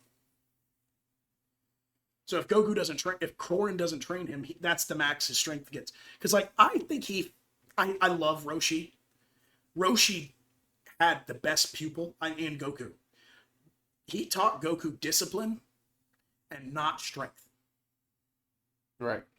So the thing is I think Goku can get just as powerful, to as powerful as he gets through Roshi's training, if he does it himself. Because Vegeta does it. Vegeta trains himself. Right. That's in the Saiyans. So he teaches himself discipline. He gets that far. He goes to Corrin. Buck stops there because he's evil.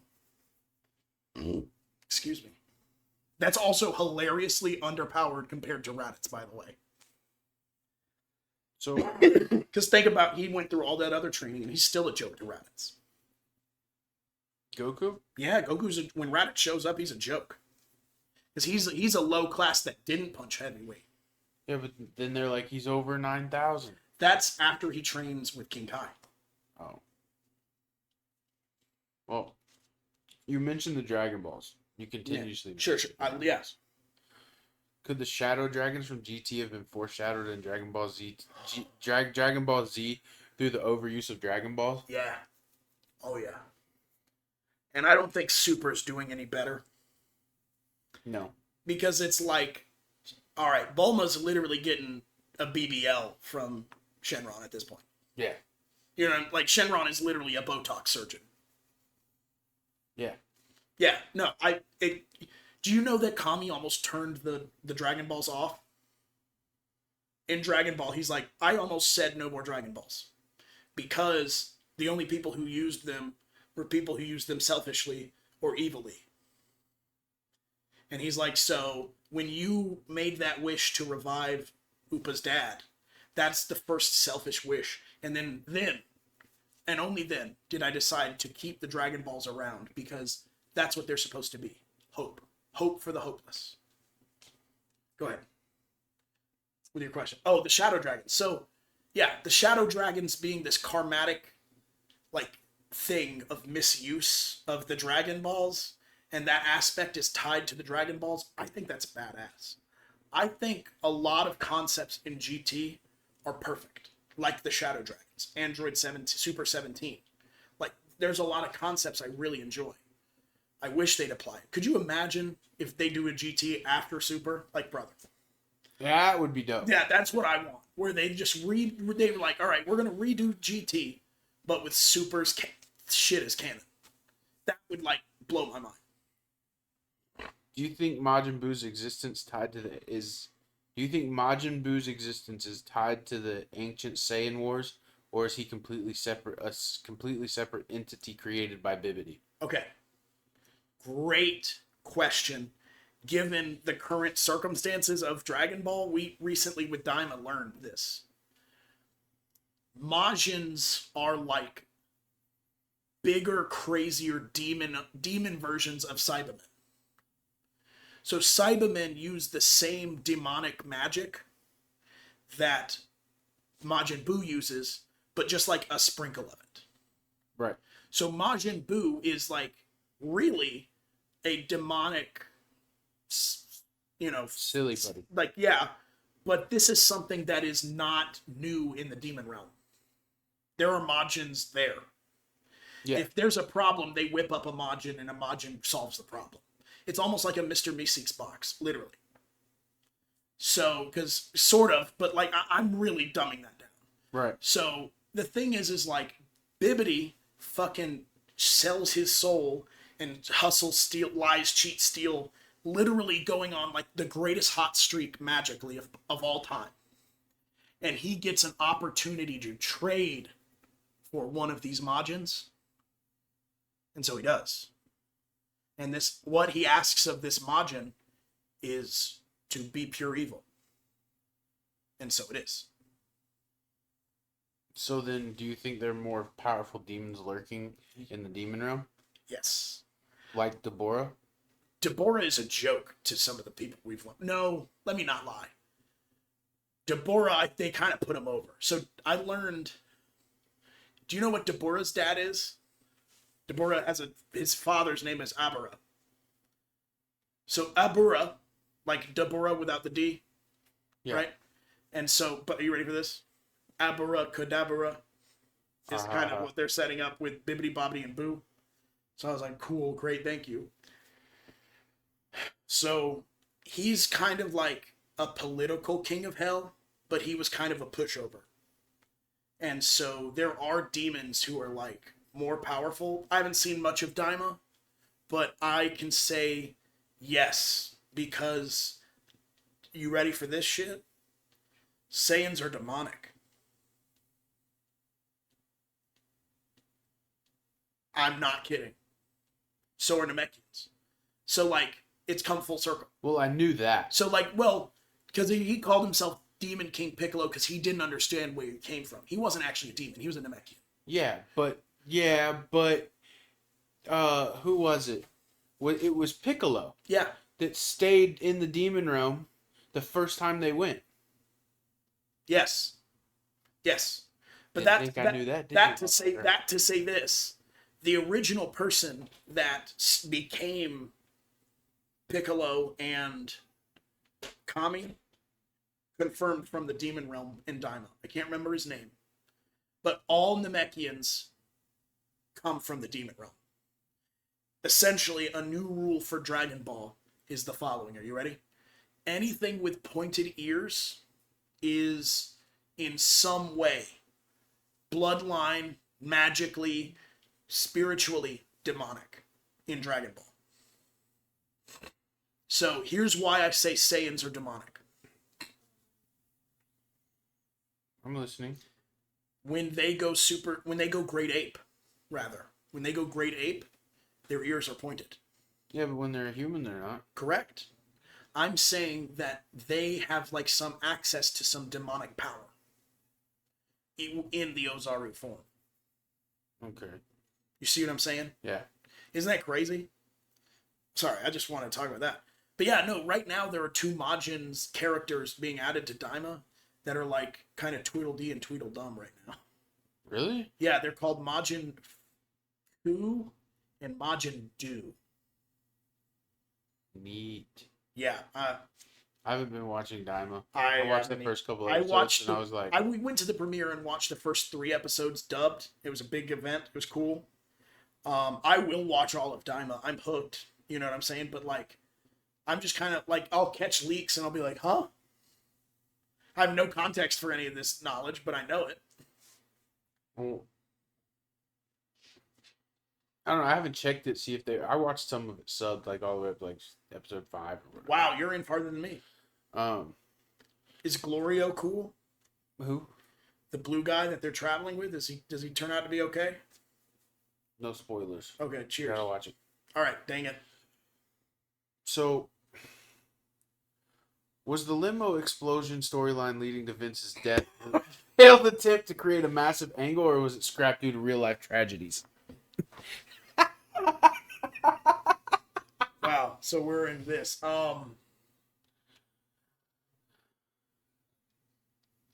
We're told that there were some car bombings that happened, Yeah. and they went, we're not doing this. I think that the entire time, everyone backstage was going, no, Vince, we aren't going to kill you off. No, Vince, we aren't going to kill you off on TV. No, Vince, stop asking. And then eventually they said, okay, fuck it, Vince, we'll kill you off. And then they killed him off. And then Vince went, I don't like it. And so they just undid it. That's what I think happened, genuinely. You think so? Yes.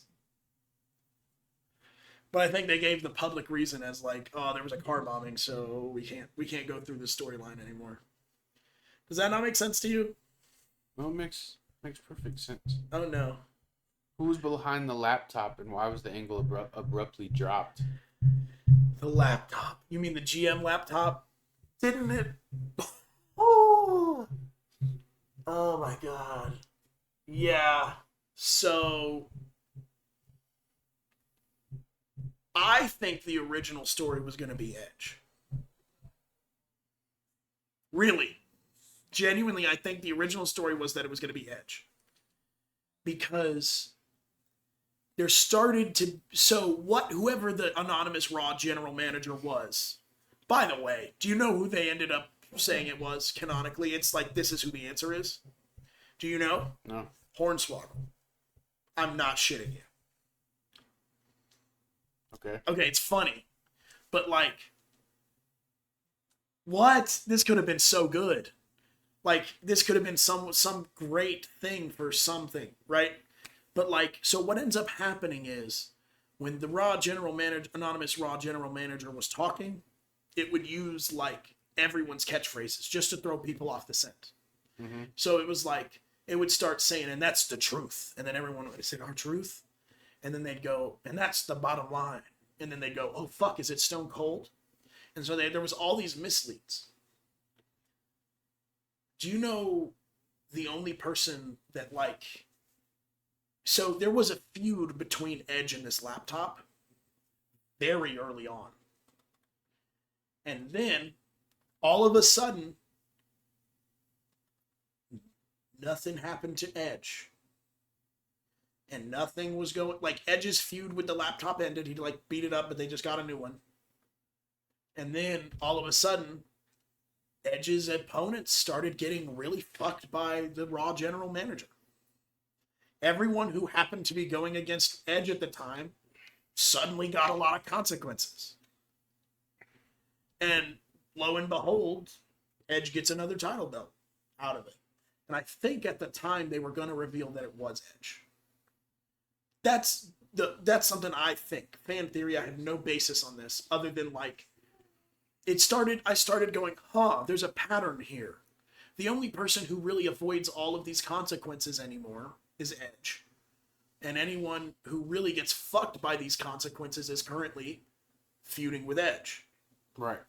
So the thing is like, maybe that's me giving the writers more props than they deserve. You know what I'm saying?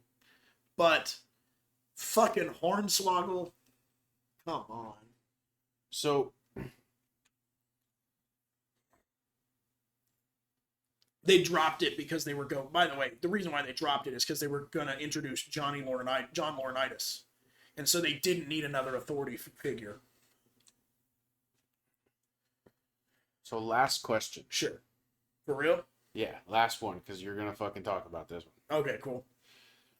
And it's almost 2. Damn. We did it again.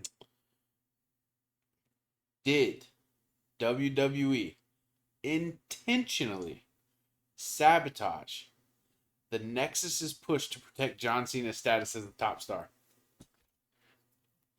Boom. Mic drop. There's only one right answer. Chat. I hope you cleared the next 3 hours. I'll argue this one because I know. There's only one right answer. Yeah, I think they did. No, they did not. They definitely did. No, they didn't. They definitely turned the lights off. John Cena was the underdog. In the booking? Yes. I completely agree. Now let me ask you a question. Can you point to a time in that era where he wasn't? Yes. Okay, please. Against Edge. Against the Spirit Squad. Oh, no. That's early. I'm talking PG era. That's all the same shit. No. Spirit Squad was in the Ruthless Aggression? Ruthless Aggression. No, it wasn't. Was it not? You're talking... So, Ruthless Aggression went from, like... I want to say, like, 2004 to, like, 2009? 9, 8? Yeah, that's what I think, too. And what years yeah.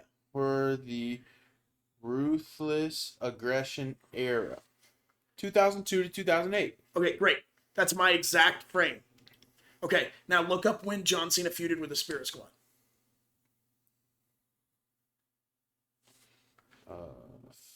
Feud with Spirit Squad.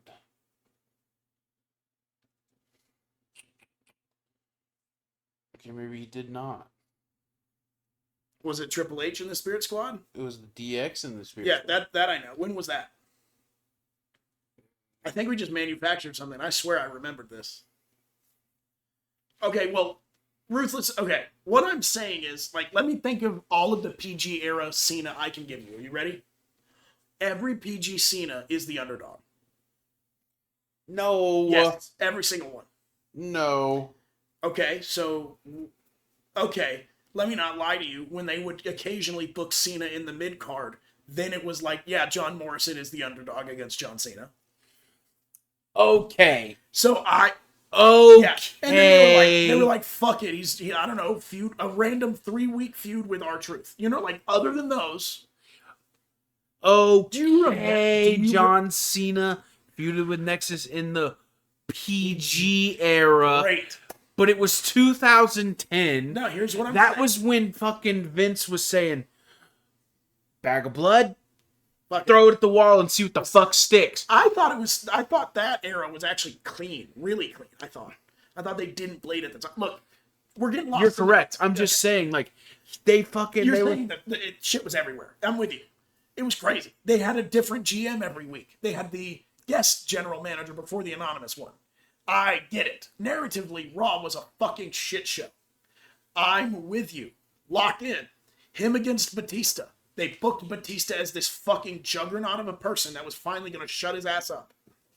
And then John Cena put him in a fucking wheelchair and made him retire. Yeah. Great. Let me show you this pattern that's about to start emerging. Okay. They booked him against Sheamus. Sheamus just retired Triple H. Literally. I know it didn't stick, but at the time, Sheamus was so fucking over. Literally had the belt. They fed him to Cena. Sheamus had to be hospitalized. Are you following? Which would mean that Cena's not the underdog. Right. Okay, just listen.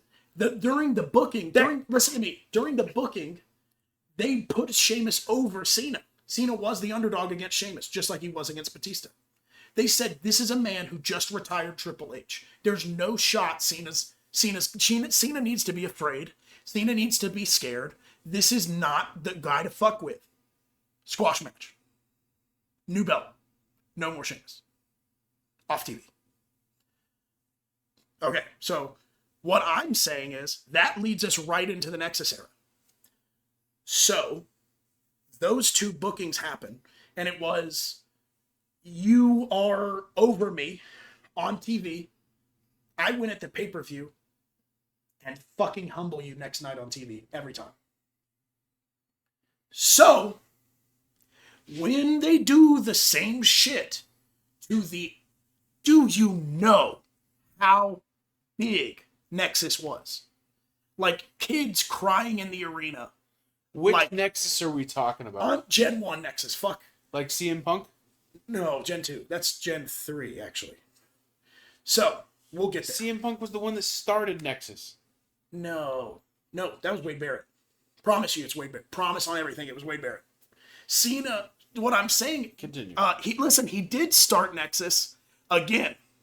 He picked up the band that they threw down, and he started the Gen 3 Nexus.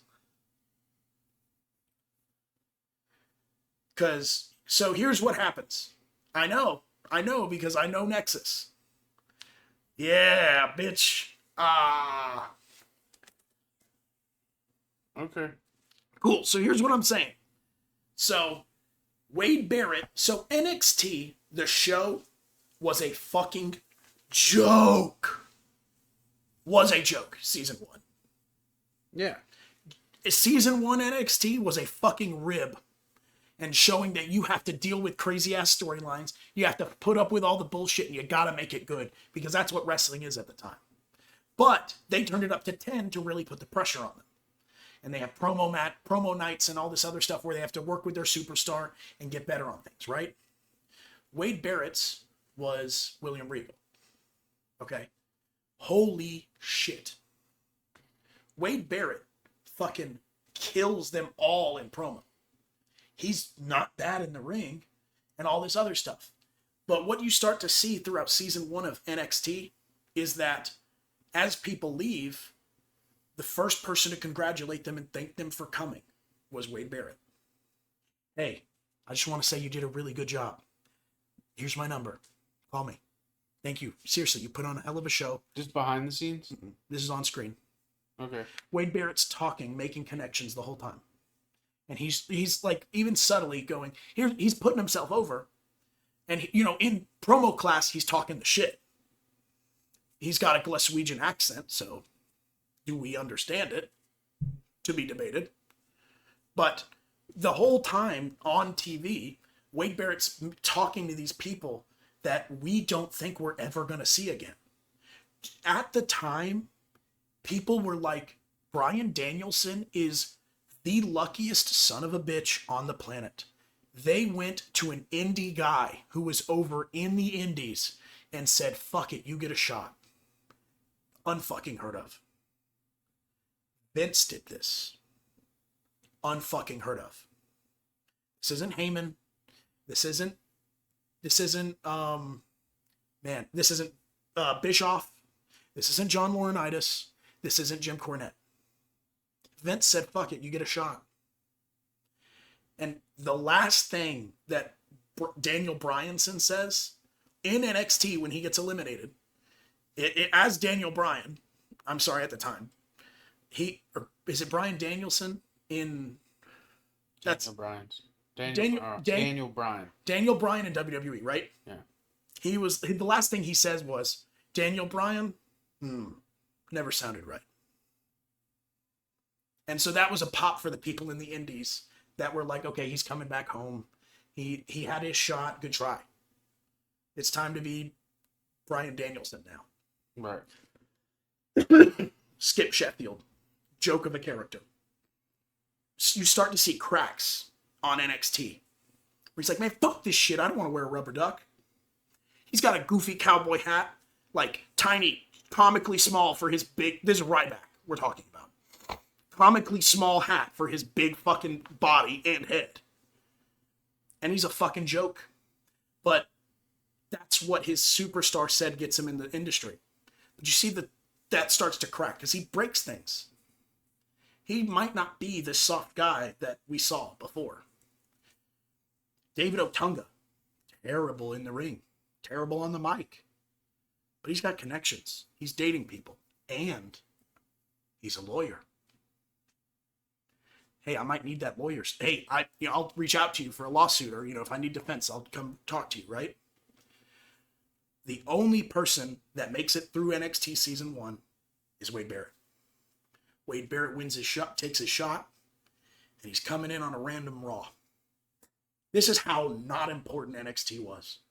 The thing you win on the season of the show is a match at Raw. Not a pay-per-view, not a title shot. You get to appear in Raw. He goes, there's about to be a change. The winds of change, I can hear them. I'm here to work for them. I'm an agent of change. We need a change. And everyone's like, fuck's he on? Get a load of this guy. But at the time, there was WWE fatigue. It was bullshit. It was wacky, crazy, wackadoo craziness. Week to week, Pee Wee Herman gets put over by Kane. Yeah. You know what I'm saying? That's the shit we were dealing with. We had enough. So, when they flip the script, and he interrupts John Cena, and they're like, and Cena's kind of like, let it happen. He's like, okay, let's fucking talk. Is this scripted or not? Yes. Okay. I know that's not the word no we're worries. supposed to use. But this is predetermined is the word you're supposed to use. So you don't use fake or scripted. It gets people upset. But, so at the time, sorry, I'm speaking in kayfabe, everybody. I apologize if that's okay with you. So what happens is, this is just me to set up the story as to why the behind the scenes things happened. Okay, this is where I'm going. So he interrupts Cena, and he's talking all this shit about change, and how he's this representation of this company, this brand of mediocrity. This, you are the Superman of a cause we dislike now. And he's like, okay, you get a match on Raw. And because you can't shut your fucking ass up, it's against me. So, holy shit. John Cena that night got to pick his own main event because he won the most recent Cyber Monday, Cyber Sunday or something. So he uses his opportunity to teach this guy a lesson. You see Wade Barrett go, all right. So he calls a few friends. They beat the fuck out of John Cena. They tear the ring up for the first time. Hard rule was broken on this occasion. You are never to show the boards of the ring. This is kayfabe? No, this is real. This is real. There is a rule that you don't, you can lift the curtain up, but you cannot reveal the top side of the ring. But I'm saying they did this, it was supposed to happen? Yeah. Yes, correct. They got the okay to do this.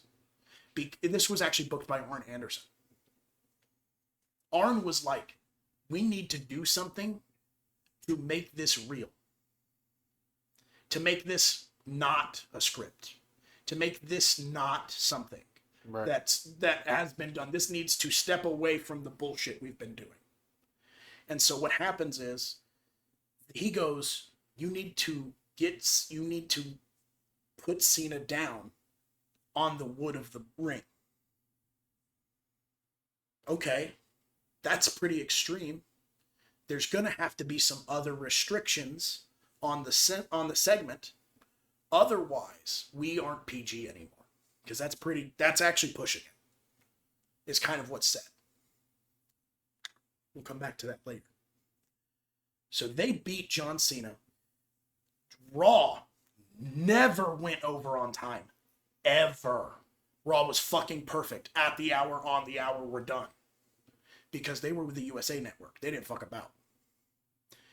Raw went over. That night, people's that night, people's DVR that were DVRing the next thing picked up Raw. That night, people who were recording Raw had to go, what the fuck happened? At my DVR, there was this buzz because people didn't watch the show. They went back, watched the rewatch, and they went, what the fuck happened? They either missed it, but like the good DVRs usually give you 15 minutes on each end, right? So you go through a bunch of the last show and you can end, in case you go over, that's called sports DVRing. And so some of them have that. So here's the thing. When they go to the announcement table for this one, because they do go to the announcement table, they disconnect the mics. The last 10 minutes over on Raw, completely narrationless. Just 8 or 9 men beating the fuck out of John Cena. Kids are crying. And that is how they go off the air. During this, no Michael Cole, no JR, nothing. The ring announcer was like, I have to do my duty. Here's what's happening. Guys, Michael can't talk. JR can't talk. Here's what's going on. From the timekeeper's table, it looks like he's attacking. Briefly, Daniel Bryan hears him. He goes over there, brings him into the center of the ring, puts the cord around, or his tie around his neck and chokes him out. That is why Daniel Bryan got fired from the WWE the first time. Because they were already pushing the segment to the PG limits. By doing that, they went over and had to pay a fine. A big fine. Was that not supposed to happen? So here's why this is so much trouble. Because they went over, they did something that they contractually couldn't have done in another person's time segment. It was like the government was involved now. So they had to get rid of Daniel Bryan. So he leaves. He's not with them anymore. So the booking becomes, where's Cena? Cena's gone. Cena's not on the show. Who are these people? Vince McMahon carves time out at the start of the next Raw and goes, I need answers. Come out here right now. And if you don't come out here right now, all of your contracts are revoked. Hell, half of you guys don't even have contracts. So get out here or I'm calling the authorities. Think I don't know about your secret fucking locker room? Get out here. Kayfabe still, though. Yeah. Okay. So they come out. They talk to him. He tells them what's going on. At the time, there was a step-in general manager who was feuding with Vince McMahon. Was it McFoley? Bret Hart. So the thing is essentially, from that point on, Cena was out for a long time. They're jumping people repeatedly. Right. Like Legend Killer status type shit. Like Ricky Steamboat type shit. Like they was on people. So what happens is Cena eventually does come back, but he's not well. He's still not doing well from the attack. And that's when he goes, idea. I don't have to fight you alone. Team. And so he is desperately trying to find people to make this team. The way that Nexus was such a threat that this was the team that happened is crazy. Cena, Edge, Khali, Bret Hart, Chris Jericho, John Morrison, R-Truth. Sorry. Bret Hart saw the shit they was doing and came out of retirement because he had to put an end to it. That's the level the Nexus was on going into SummerSlam. They were actively a menace. They were actively despised by people who said they couldn't wrestle anymore, to the point where he couldn't stand by and watch anymore. He had to intervene. Now, did Great Khali end up wrestling for the team? No. Did Bret? No. But the energy that they had, because they had to bring that into the equation to keep up, is crazy. Then, in the match, everyone loses immediately except Cena, who squashes them all. The only person to get a limbs in that match was Cena.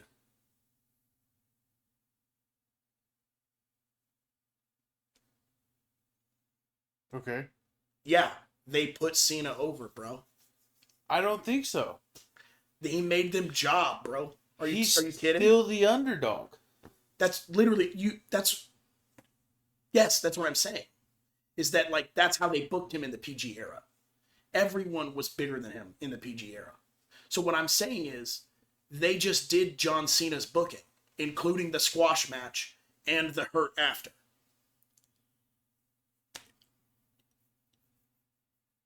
That's what I'm saying.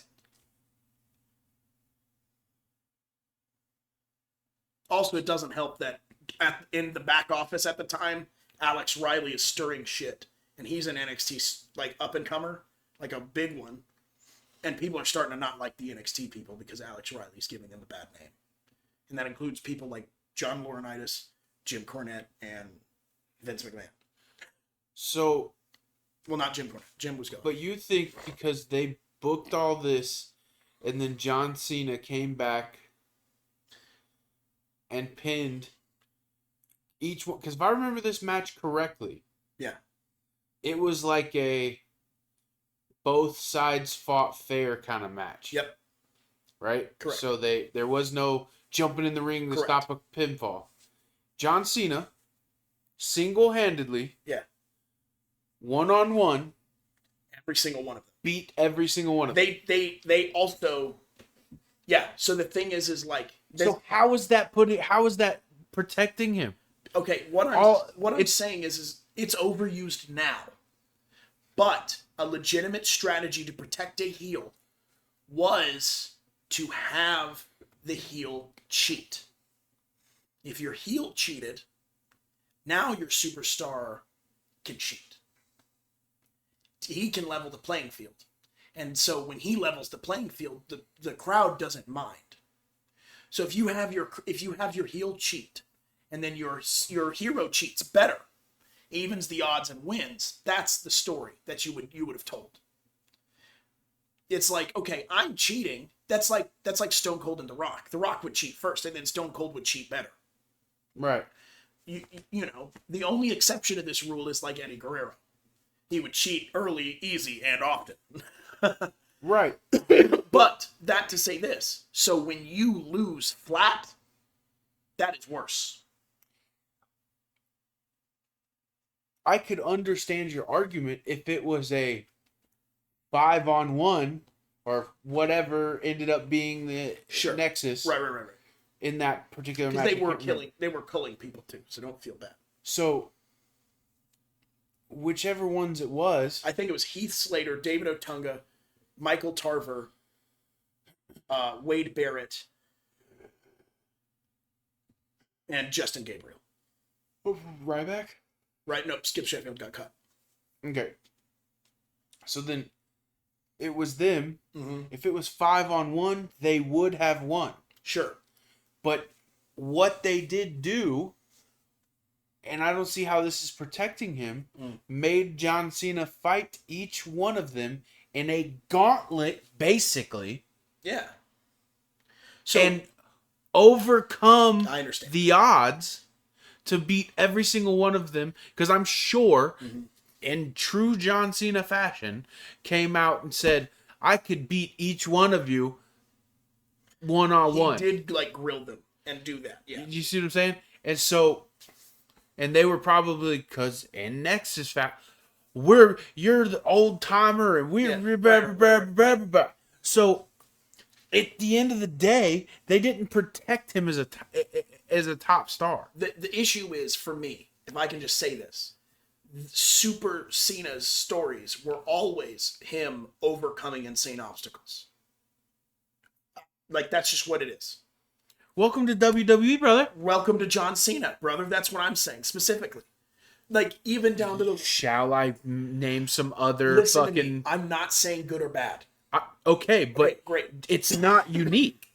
Thank you. Is what I'm. So- John Cena is not unique. Okay, I disagree. I think he was uniquely given this benefit. To fight them To- one-on-one. And no one else, and I mean no one else at the time, got the treatment John Cena got, where he consistently got to fight as the underdog, win, and then, Okay, at the time. yeah. Yes. At the time or in WWE? Because At I the can time. give you multiple. Okay, give me just Shawn as Michaels. No. Yes. Oh, yeah. It's the early Rey Shawn- Mysterio. Randy Orton. Okay, not Randy Orton. Absolutely Randy Orton. No. Yeah. The legend killer, Randy Orton, or are you talking Evolution? Yes. Okay. Both. I don't. To the degree that, okay, the only person who has a good argument is Legend Killer. Legend Killer Orton comically beats everyone. You know, that's the joke. Right. He literally just fucking blows people up sometimes. So Yeah. the thing is like, okay, I can't argue that one, but that felt more natural than Super Cena. Okay. So what I'm saying is What about Shawn Michaels? well, he lost his smile soon after, so we don't get to know what happens with Super Shawn. What? Yes, we do. What are you talking about? Yes, we do. Okay. Shawn Michaels started with the Rockers, correct? Right. Worked his way up, became friends, blah, blah, blah, The blah. click. Did the click, the whole fucking thing. Yeah. Had the same influence over the Oh, locker room shit. that John Cena supposedly had. Fought through, if I'm not mistaken, they didn't have a U.S. title, but they had an IC title. He was an IC title champion, and then he moved and became a world champion because of the screw job. Yes. But then he left, is what I'm saying. So, no. What I'm saying is, I give you that period. Yeah, he got put over heavy. Triple H. Yeah. Go on. I can continue giving. No. Again. The issue is JBL. Okay, JBL is a great point for what I'm about to say, so let me say it so you can be right and enjoy this, okay? What I'm saying is you, without realizing it, have put in John Cena's equal people who were plugged politically. Triple H was dating the boss's daughter. Shawn Michaels is Vince McMahon's favorite wrestler. Who? Shawn Michaels, I'm sorry, is Vince McMahon's favorite wrestler. And Okay. Triple H is dating his daughter. So you Not at the brought time.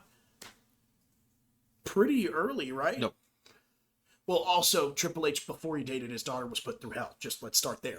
Triple H dated China until DX disbanded. Is that real? Or I thought Absolutely. that was just kayfabe. No. They were actually dating? Yes. Okay, good to know. But what I mean to say is this. People that you can point to time frames and examples were literally either Vince McMahon's favorite person ever or plugged in politically. Rey Mysterio. Okay, Rey Mysterio and JBL, I don't have an answer for. But what I am saying is the first two you brought up were people who were essentially Edge. Superman. Started out as a vampire guy. Continue. Yeah, the Brood, okay. I guess you're right. Cena didn't win with his first gimmick either. But, so what I'm saying is there are periods you can point to with similar effect to John Cena's Super Cena era Okay, but this is what I want you to understand, that I'm here. Okay, Sure. and If I can finish this final thought, and then maybe this will answer your question. Okay. All I'm saying is, you haven't once, I think, to me, or at least made it evident to me, that any of these were consistently the same pattern repeated over and over again. Because that's what I'm saying made Super Cena intolerable for me. Roman Reigns. And I didn't like that either. Okay. So, like, that's... Brock Lesnar. I like... Here's Brock Lesnar. here's my problem. Well, Brock okay? wasn't booked as the underdog. Kinda. Sometimes early on. Kurt Angle. Anyway. Yeah. So here's my argument. Okay. Yeah. Is you're like, well, there's not one person, and I'm like, this is the argument that I'm giving right now. Right. Okay. No. Listen to me. I let you get your thought Go out. ahead. This is what you're saying. There's not one person. I say, okay, here's one, and you're like, okay, there's not two people. I'm like, okay, here's two people, and then you're like, three, and then I'm like, and you're like, okay, but like, not really though, and I'm like, no, here's the evidence, and you're like, well, So that's, yes, correct. What I'm saying is I am narrowing my statement down because you're right. Those did match the broad descriptor I gave, but I'm saying I'm gonna needle laser focus down to my problem with Super Cena is that unfortunately it was the same pattern repeated. And that isn't something you can point to with Rey Mysterio. That isn't something you can point to with JBL. That isn't something you can point to with that era of Shawn Michaels. And, yes, okay, what was the pattern with Shawn Michaels then? Because it was his booking was different on the way up. It was like constantly different shit. not really. What do you mean? It was not constantly different shit. And then, hear me out here. Okay, Undertaker's pretty good. Do you think? Okay, so all I'm saying is, even if there were other times that this happened, I don't think they stomped something as meteoric as the Nexus was stomped. So here's the thing. Sure. Right? So you're saying that kayfabe, they did this, and then backstage, Cena was like, No, What are you saying? I'm not. Or you're saying that backstage gorilla position said, okay, we can't have this. Cena is our guy. We can't have this. From what I understand, yes. Here's the argument. Yeah. Okay. You had Undertaker. I'm not saying it's Cena's fault. I'm saying... I understand. Yeah, okay, cool. You had Undertaker that did the same thing every WrestleMania until like fucking... Yeah, I don't know. That's Taker, though. That's Cena, though. That's correct. I'm saying I would take Undertaker over Super Cena. Yes. Okay. Now, backstage they said, "Oh, we can't have this." Time the fuck out. Taker's matches are gas. Most of Super Cena's matches aren't. They're squash matches. First of all, that's not true. John Cena picked up Big Show and fucking somebody else, and fucking they really showed us how like hard he has to work for it. John Cena was a bad son of a bitch. Anyway, what I'm saying though is, at the end of the day, if you're saying kayfabe reflected backstage political politics things, got in the way of a good story. Yes. Okay.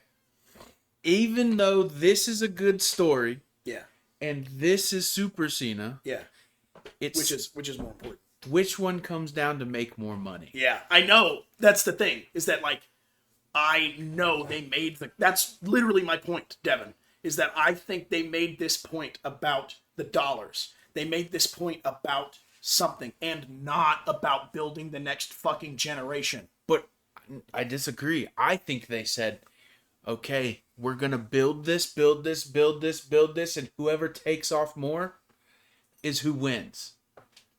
Yeah, so I don't think that's very fair to be like, you got 3 months to catch up to John Cena. Why not? They had 3 months to catch up to Super Cena?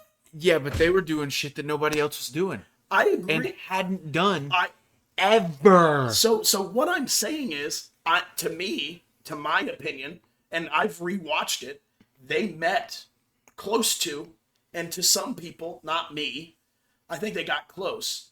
To crowd favoritism, they got pretty good to Cena. They got close in the conversation, or, oh shit, I remember that, when everything else wasn't at the time. So what I'm saying is, they, I think, overperformed and got fucked. I don't think so. I think they did. So here's also the other argument. Yeah. Other than the fact that it was a gauntlet, Yeah. there was no feats that John Cena did that he would usually do. What do you mean? Like, There was nothing crazy. What did he really do? That's what I'm saying personally. That sucks worse for a heel. You killed everybody. Like, the fact that they couldn't outsmart John Cena 5-1. Right. But you have how long had he been in the WWE by then? 10 years? Sure.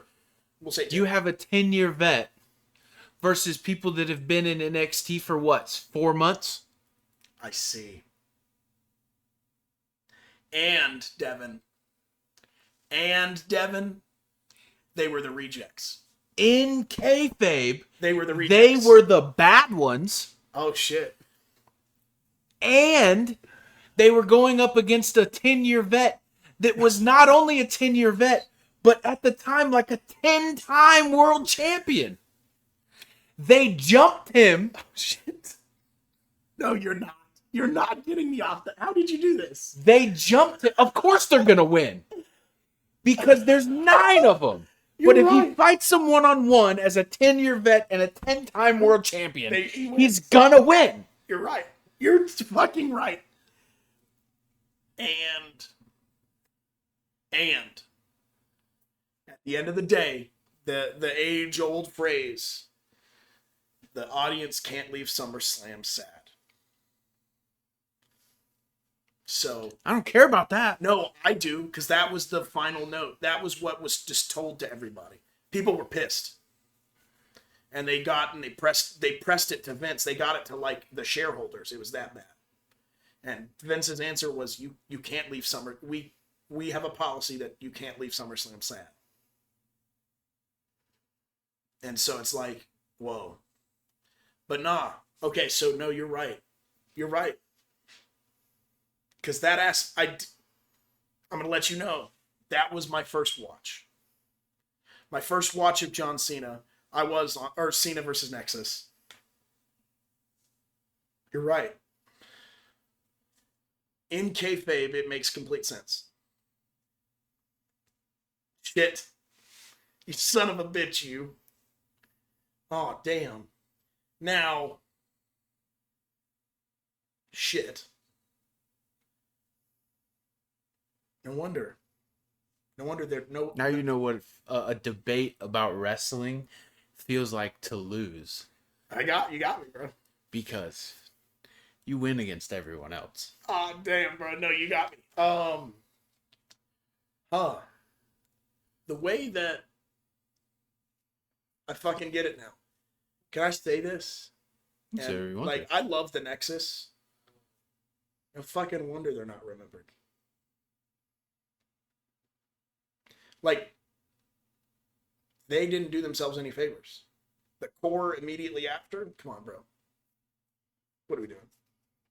The core. Yeah. It was Wade Barrett, Justin Gabriel, and Heath Slater. That they were like, we're the real Nexus, and we're the core of the Nexus, and we're breaking away. Right, exactly. And so the thing is like, they made what they did, they tried to like repeat it. So I kind of understand why their lineage is so bad. The thing is you're right. You're right. Even if Super Cena is crazy overpowered, can we agree? Here's the thing. Yeah. I never disagreed with you Okay, that Cena was put over. okay, great. Ever. You're just I'm saying he was not put over against Nexus in kayfabe. kayfabe, it makes sense. The thing is they did a good job of explaining that it was mad dog tactics. Like, it was literally just you jump people and leave. So I understand. And here's the kicker, right? Yeah. The fucking Yeah. they did it twice. They did it 3 times. They did it 3 times. If you want to be a bitch about it, you could say they did it 4 times, but I don't. Who's the fourth? There was a Nexus run on the Indies. No. Oh, The Spirit Squad right. failed, Gone. and Nexus Yeah. failed. The Shield, they tried it 3 times. Yeah. I was gonna say the Shield also, but chat real quick if I can talk about how I missed the Shield. Do you know about this story? As a kid, I was watching it. I was watching the show, and I was really invested in the Nexus storyline. And I liked it fine, but I felt like we kind of got fucked. Because at the end, they kind of brought in CM Punk into it. I liked Punk, and I was like, oh, cool, they're combining with, like, my favorite team. And then it kind of becomes this other thing, right? It falls off a cliff and it dies. But if you remember, for the first 2 weeks only of the Shield's run, and so it's not even like a pattern. It is a coincidence. Because 3 is a pattern, right? So, to me, I called it early. Where they assisted or protected CM Punk. The Shield showed up in a match and beat people up, or beat someone up who was beating up Punk. And then they did it again the next week, and it was a different person.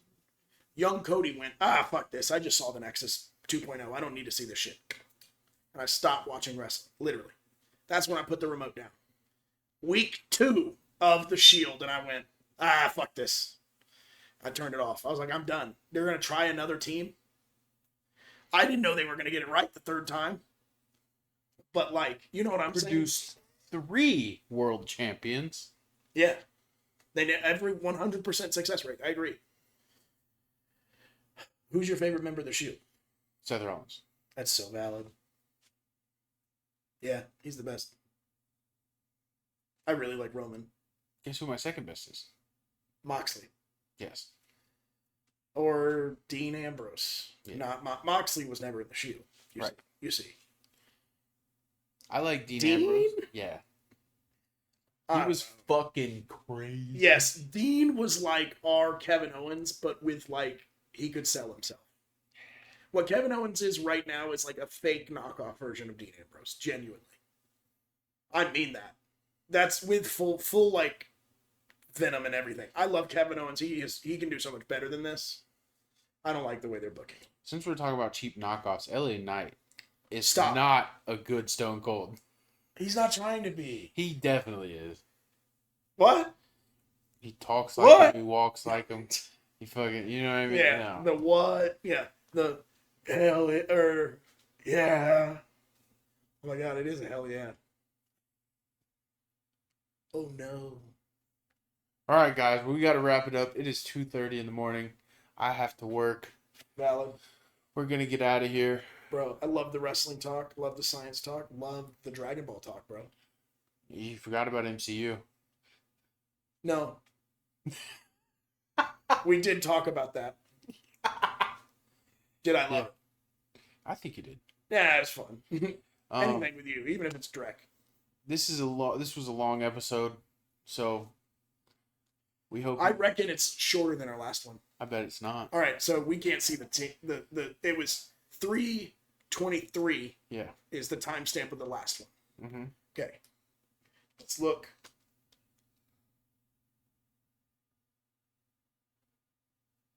An hour and 56 Yep. combined with an hour and 45 does beat our previous time. That's if we include Fucking lot. if we include that segment without your mic, we might cut that. But okay, chat, sorry. All right, we're out of here. Yeah, we'll see you. Y'all have a good night. Well, morning or whenever you're watching this. You have a good one. If you haven't already, hit that subscribe button, notification bell. Our link trees will be in the description. And let us know if there's anything you want us to talk about next week. 5K on this channel, subscribers. And Devin quits nicotine. So please subscribe. All right, guys. Bye. Later.